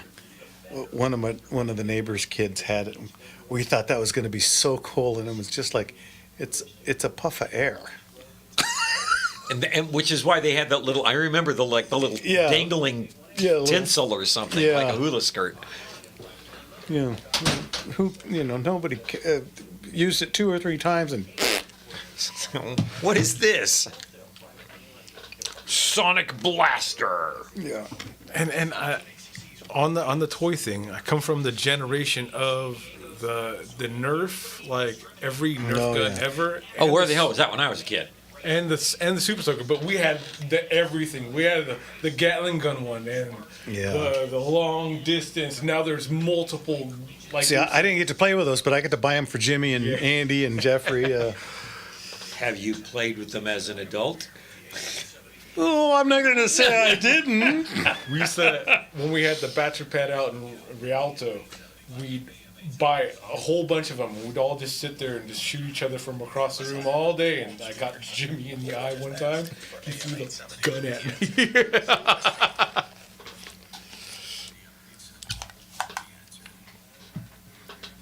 Ram-a-lam-a-lam-a-lam-a ding-dong.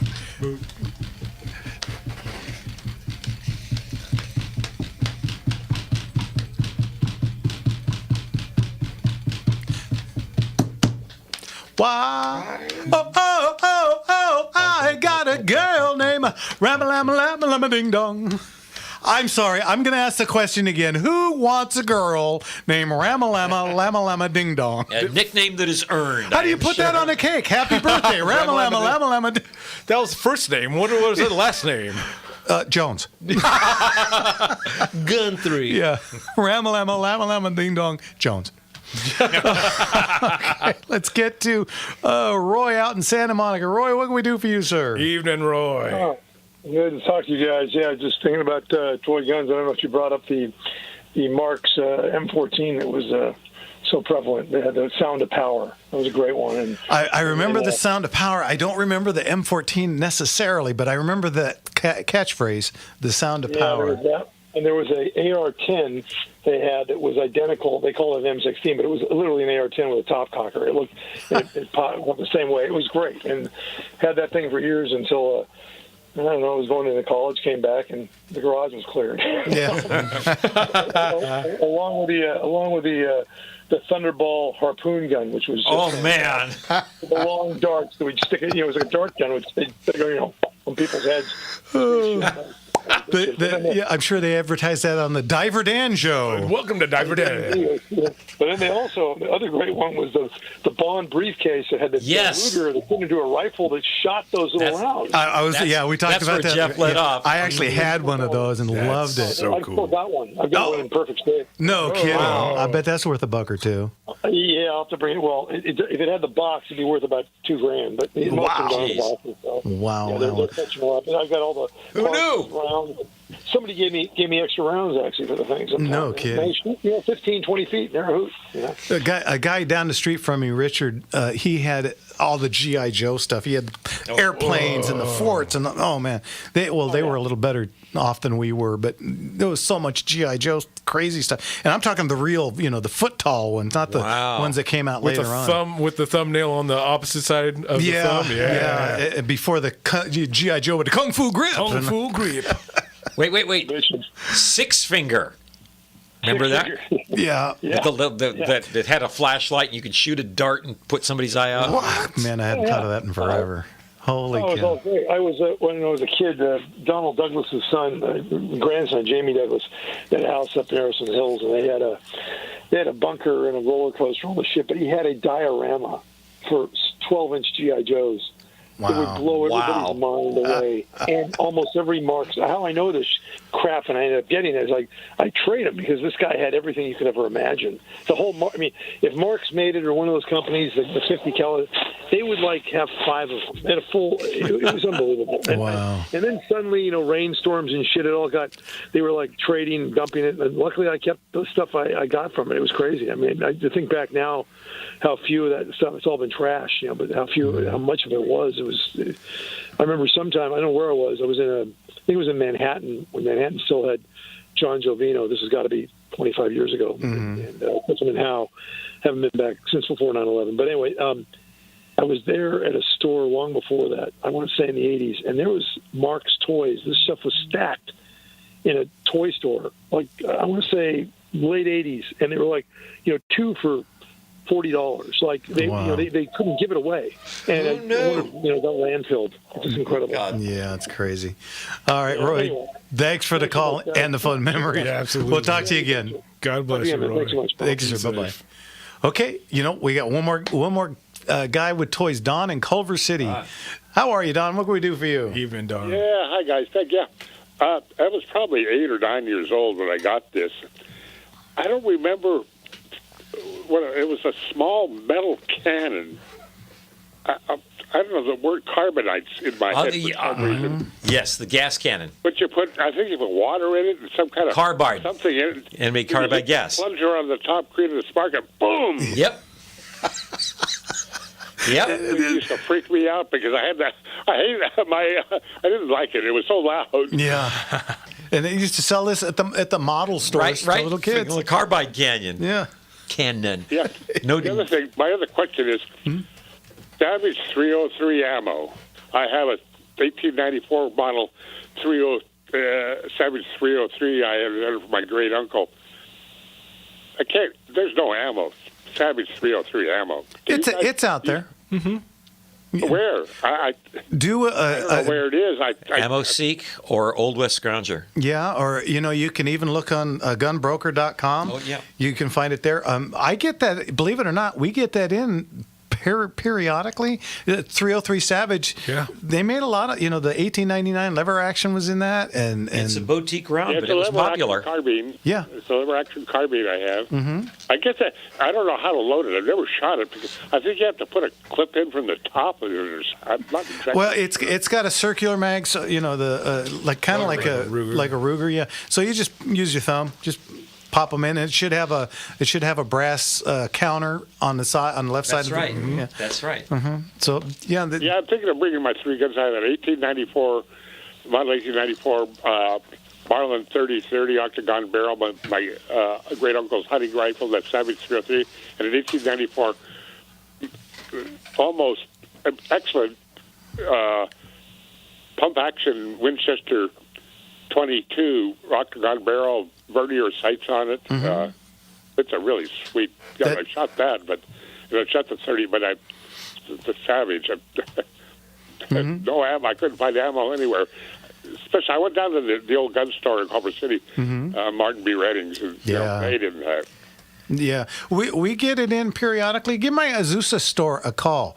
It's Gunslinger Gun Shop in Azusa, 626-914-7010, or just go to gunslingerauctions.com.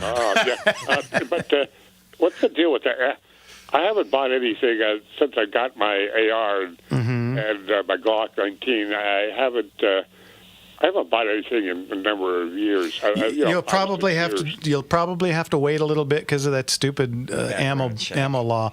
But just be patient, and we'll get you through it. And then in a few days you'll pick up your ammo. You'll be fine. All right. All right. Great. Thanks, guys. Love the show. Bye. You bet. Take care now. Bye bye. Thanks, and yeah, a pump action 18 something Winchester's got to be an 1890. Yeah. Yeah. And they came in Probably 22. Well, they came in 22 short, 22 long rifle, and that 22 WMR. Yes. Which was kind of a precursor to a 22 mag, except that the 22 mag didn't really fit in there, and the WMR they don't make, and so it's kind of a pain in the butt. Hey, our friend Robert out in Sherman Oaks about toys. Oh, cool. What's going on, Robert? Hey, Rob. Hey, you know what? You guys brought back so many memories for all of about us. These toys. I'm telling you, I remember the Italian-made cap guns and this. And my mom was over in Europe or somewhere, brings me back a Walther PPK with a screw-on silencer. Oh yeah, and a cap gun. I wish I still had it. But my buddy Eric and I, we still have some of our toy firearms. Oh, wow. We were kids, and it was like, the 2x2 cut off, painted green and black hand grenades. We sit there and we play war. Yeah. Because our properties would be, it's windy, let's go. And to this day, we're in our late 50s. He's going to be 60 this year. We're like, it's windy, let's go out. Right? Let's meet at the forts. Well, that was something I was going to bring up. That's another thing that you don't see anymore is kids our age, when we used to build forts and tree houses, and we'd be out there with hammer and nail up in the tree with a door from right. Make it a little platform. Mm-hmm. We had Fort 1, which was across the street up in the hills. We built this thing, and we would acquire Playboys, and we're going to go up there and look at stuff, and we'd have little bonfires. Well, this is Southern California. You can't do that. No. And he had a fort, and then my mother built me a fort with French windows, French door windows, and all my friends made fun of me because my mom. I'm like, well, that looks good. I'm like, Mom, you're making me look stupid. Ooh, that's fashionable. I mentioned him earlier, Richard, that lived on my street a couple doors down from me. He had gotten, somehow or other, a whole pile of doors, and he made a huge, almost like a maze, and there were every Playboy girl, whatever you call them, as you walked in, you had to crawl in because it was only 3.5, 4 feet tall, and you had to crawl in, and there were centerfolds everywhere. And I thought, this guy is the coolest dude I've ever met. No, I was like 7. we would jump in our wagon and do a trash run down the hill, and we found this 4x8. It painted. I wish we still had it. It was literally painted like you find a side of a B-17 bomber, and that was there. We were like, that's the coolest thing ever. I wish you still had it, but it's funny. We still have this, and I'll go through my mom's backyard, and she still lives, and he still owns the house that we grew up in, and we're like, I'm 57, he's almost 60, and I'll find trinkets, army men, plastic army men, the German guys, you remember those red, the green and gray, and they're not politically correct today. Oh, our kids can't handle that. Find that stuff. And once upon a time that you could go by, it will find fragments of an old cap gun, and we've collected them, and we're starting to put in, a shadow box when we were kids. Oh, that's cool. Well, let's put that in there. Let's put that in there. Let's put that in there. Let's put that in there. Very cool. My mom was very artistic. She used to paint my army men's faces. Wow, man. Interesting. Really? Yeah. Wow. But then she wouldn't let me play with them afterwards. Yeah, they're little works of art. Yeah, they were too pretty. She wouldn't want to do it. How many times did you would set up? You'd take days to set up a battle, and then you break out the matchsticks and set all of it on fire. Oh man, I tell you, our thing was rubber bands. You'd set them all up, and you'd have to shoot them with a rubber band down. because I was a paper boy. Yeah. And You had paper boys always got rubber bands. All right, hey Robert, we're coming up on a break. You guys are awesome. You guys, the lawn dart, everything. It was just like wow. And guess what? We all survived. Yeah, Well, most of us. and tougher for it. Yeah, absolutely. The kids today, I'm like, what is this? Yeah, they need safe spaces and I just shake my head. Yeah. All right, Robert, we got to go. We'll talk to you again. God bless you, Robert. I love you guys. Bye. You too, brother. Thanks, Robert. All right, guys, this is our last segment coming up. What happened? This one is like one of the fastest shows we've ever done. Yeah, this is a great idea. Thank you, Con. I got another one for next week. We'll get into that when we get back. You're listening to Gunslingers Radio on the Gunslinger Syndicated Radio Network, and we'll talk to you in just a minute.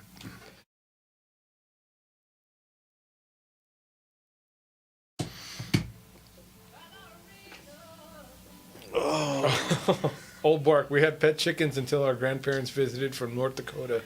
And we had chicken dinner and no pet chickens.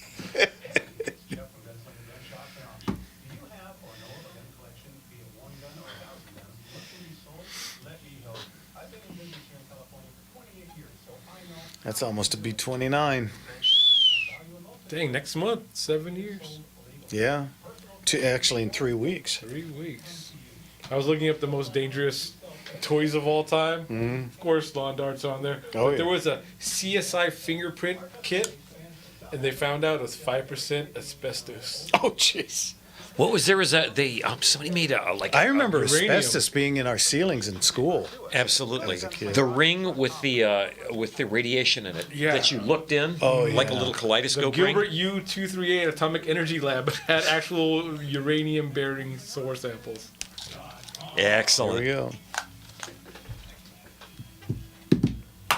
Oh yeah.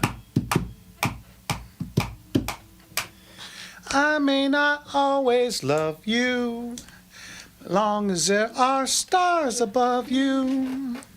We never need to doubt it. I'll make you so sure about. Man, that guy was a singer. Ooh, God only knows.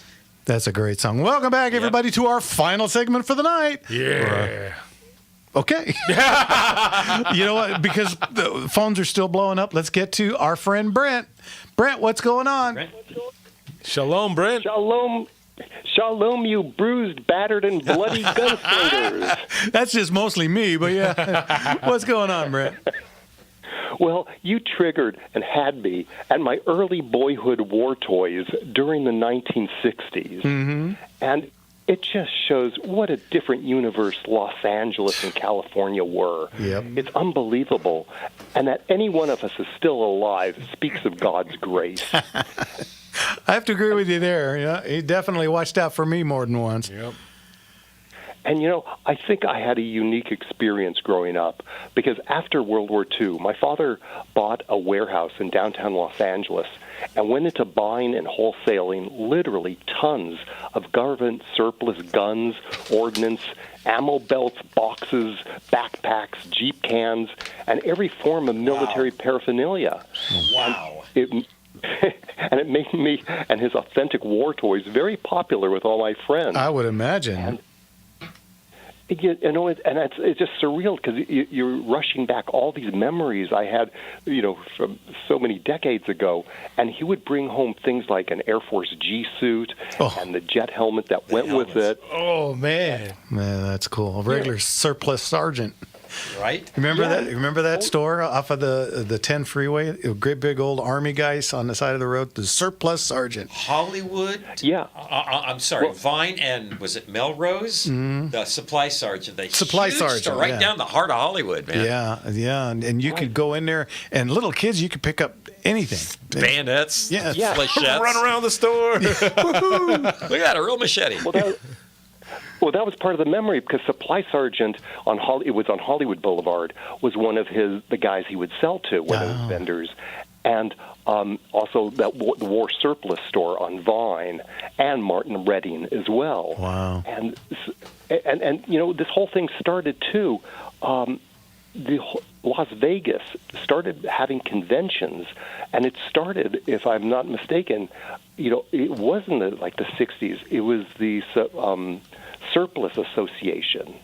If I don't know if you've heard of that, and they started the whole thing of having these huge conventions, and they would have hundreds of sellers at the convention, and he would bring home like bazooka shells and decommission. I even think I had a decommissioned 50 caliber machine gun, if I'm not mistaken. Wow. With a bipod, but it wasn't operational. Yeah. But when my friends were going with their plastic Tommy machine guns to the vacant lot 2 blocks up the street, You're running around with a Ma Deuce. Yeah, that's.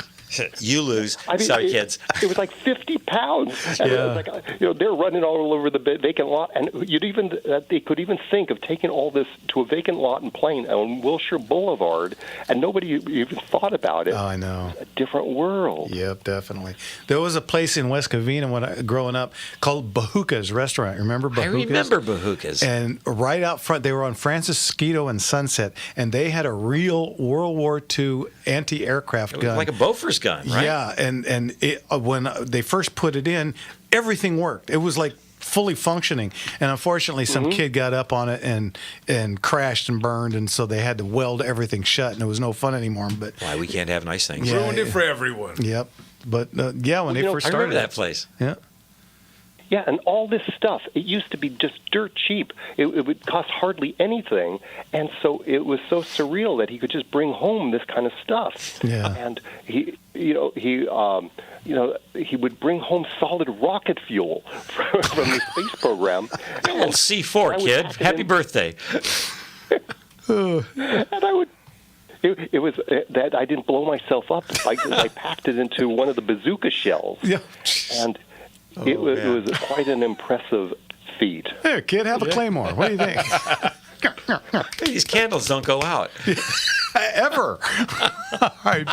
Brent, thanks as always. We'll talk to you soon. God bless you, Brent. See ya. Bye-bye. All right, our last call. Let's get to Edward in Riverside. What's going on, Ed? Hey, Ed. Well, I am. That was an interesting call. I mean, I just got on part of it, but I'm taking care of some friend's house, so I don't have my computer with me, and they have. I've not been listening to the program tonight. So That's a shame. We're very well dressed tonight. Oh my goodness. Oh my. Too Dressed bad. to the nines. Well. Yeah, you should have seen when the strippers were here. Well, on a radio program. Anyway, Ed, we're getting low on time, so what's going on? Okay. Well, my question was, is there anything special that one needs to do in order to work in a store that sells guns? Yeah, you nowadays you have to get a COE, which stands for Certificate of Eligibility. So you'll have to get fingerprinted and send it off to DOJ. I think your first COE is about $109 or something, and then renewal's fairly inexpensive after that. But in order to work in any kind of gun store, you have to have that. The COE. Yeah. How often do you have to renew it? Every year. Yep. Ooh. Yeah. But it doesn't, they don't renew them in December 31st. It's year to year. Whenever you So if you started now, it would be due next July. Oh, okay. Yeah. It's a fairly straightforward All right. process. Yeah, it's pretty simple. I have to go through it every year. I start, because it's fairly important for me because of all the gun shops. I start doing mine about, October. And it always makes them angry, but I don't care. I guess I want to get it done. Yeah. So, I remember one year they were behind, and we Yeah. were waiting on them for 6. It was I literally had the sheriff of Sacramento County call them for me. I know a few people. Yeah. Use it. Anyway, that's what you need, Ed. All righty? Okay, COE, Yeah. Certificate of Eligibility. That's it. Yep. All right. Thank you very much. You bet. We'll talk to you soon. God bless you. Have a great week. Same to you. Bye-bye. Well, that was a fun show. That guys. was I super tell You know what? We left out any young man or gentleman of a certain age. We left out potentially the most lethal toy of our childhood. And that was a boy's bicycle. Oh. I thought you were going to go with BB gun. I mean, well, BB gun, you put your eye up. But how many times did you get high-centered man. on that crossbar? The women's bikes, the girls' bikes, pardon me, always had those down bikes. Yeah. That was the wrong bike. No. Yeah. The guys needed it. My first bike was a Huffy 3-speed, and it came with training wheels, but my pop took them off because he said no kid of his was going to be right. Yeah, so he just let me out, and I remember landing face first in the gutter. I got like two, three pedals, Right? and kaboom! I'm right doing on. nothing. Yeah. The Steep learning curve. The bicycle is bicycle definitely is the right killer, up there. man. But of course the BB guns. Yeah, of course I got the Red Ryder, which is the famous one. But I had a Winchester 94 lever action that we've discussed before. It takes 3 men and a small boy to lever the thing. Yeah, and what I would do is I would draw little stick figures on my baseball cards because I was 12 and I didn't need baseball cards What are anymore. these going to be good for?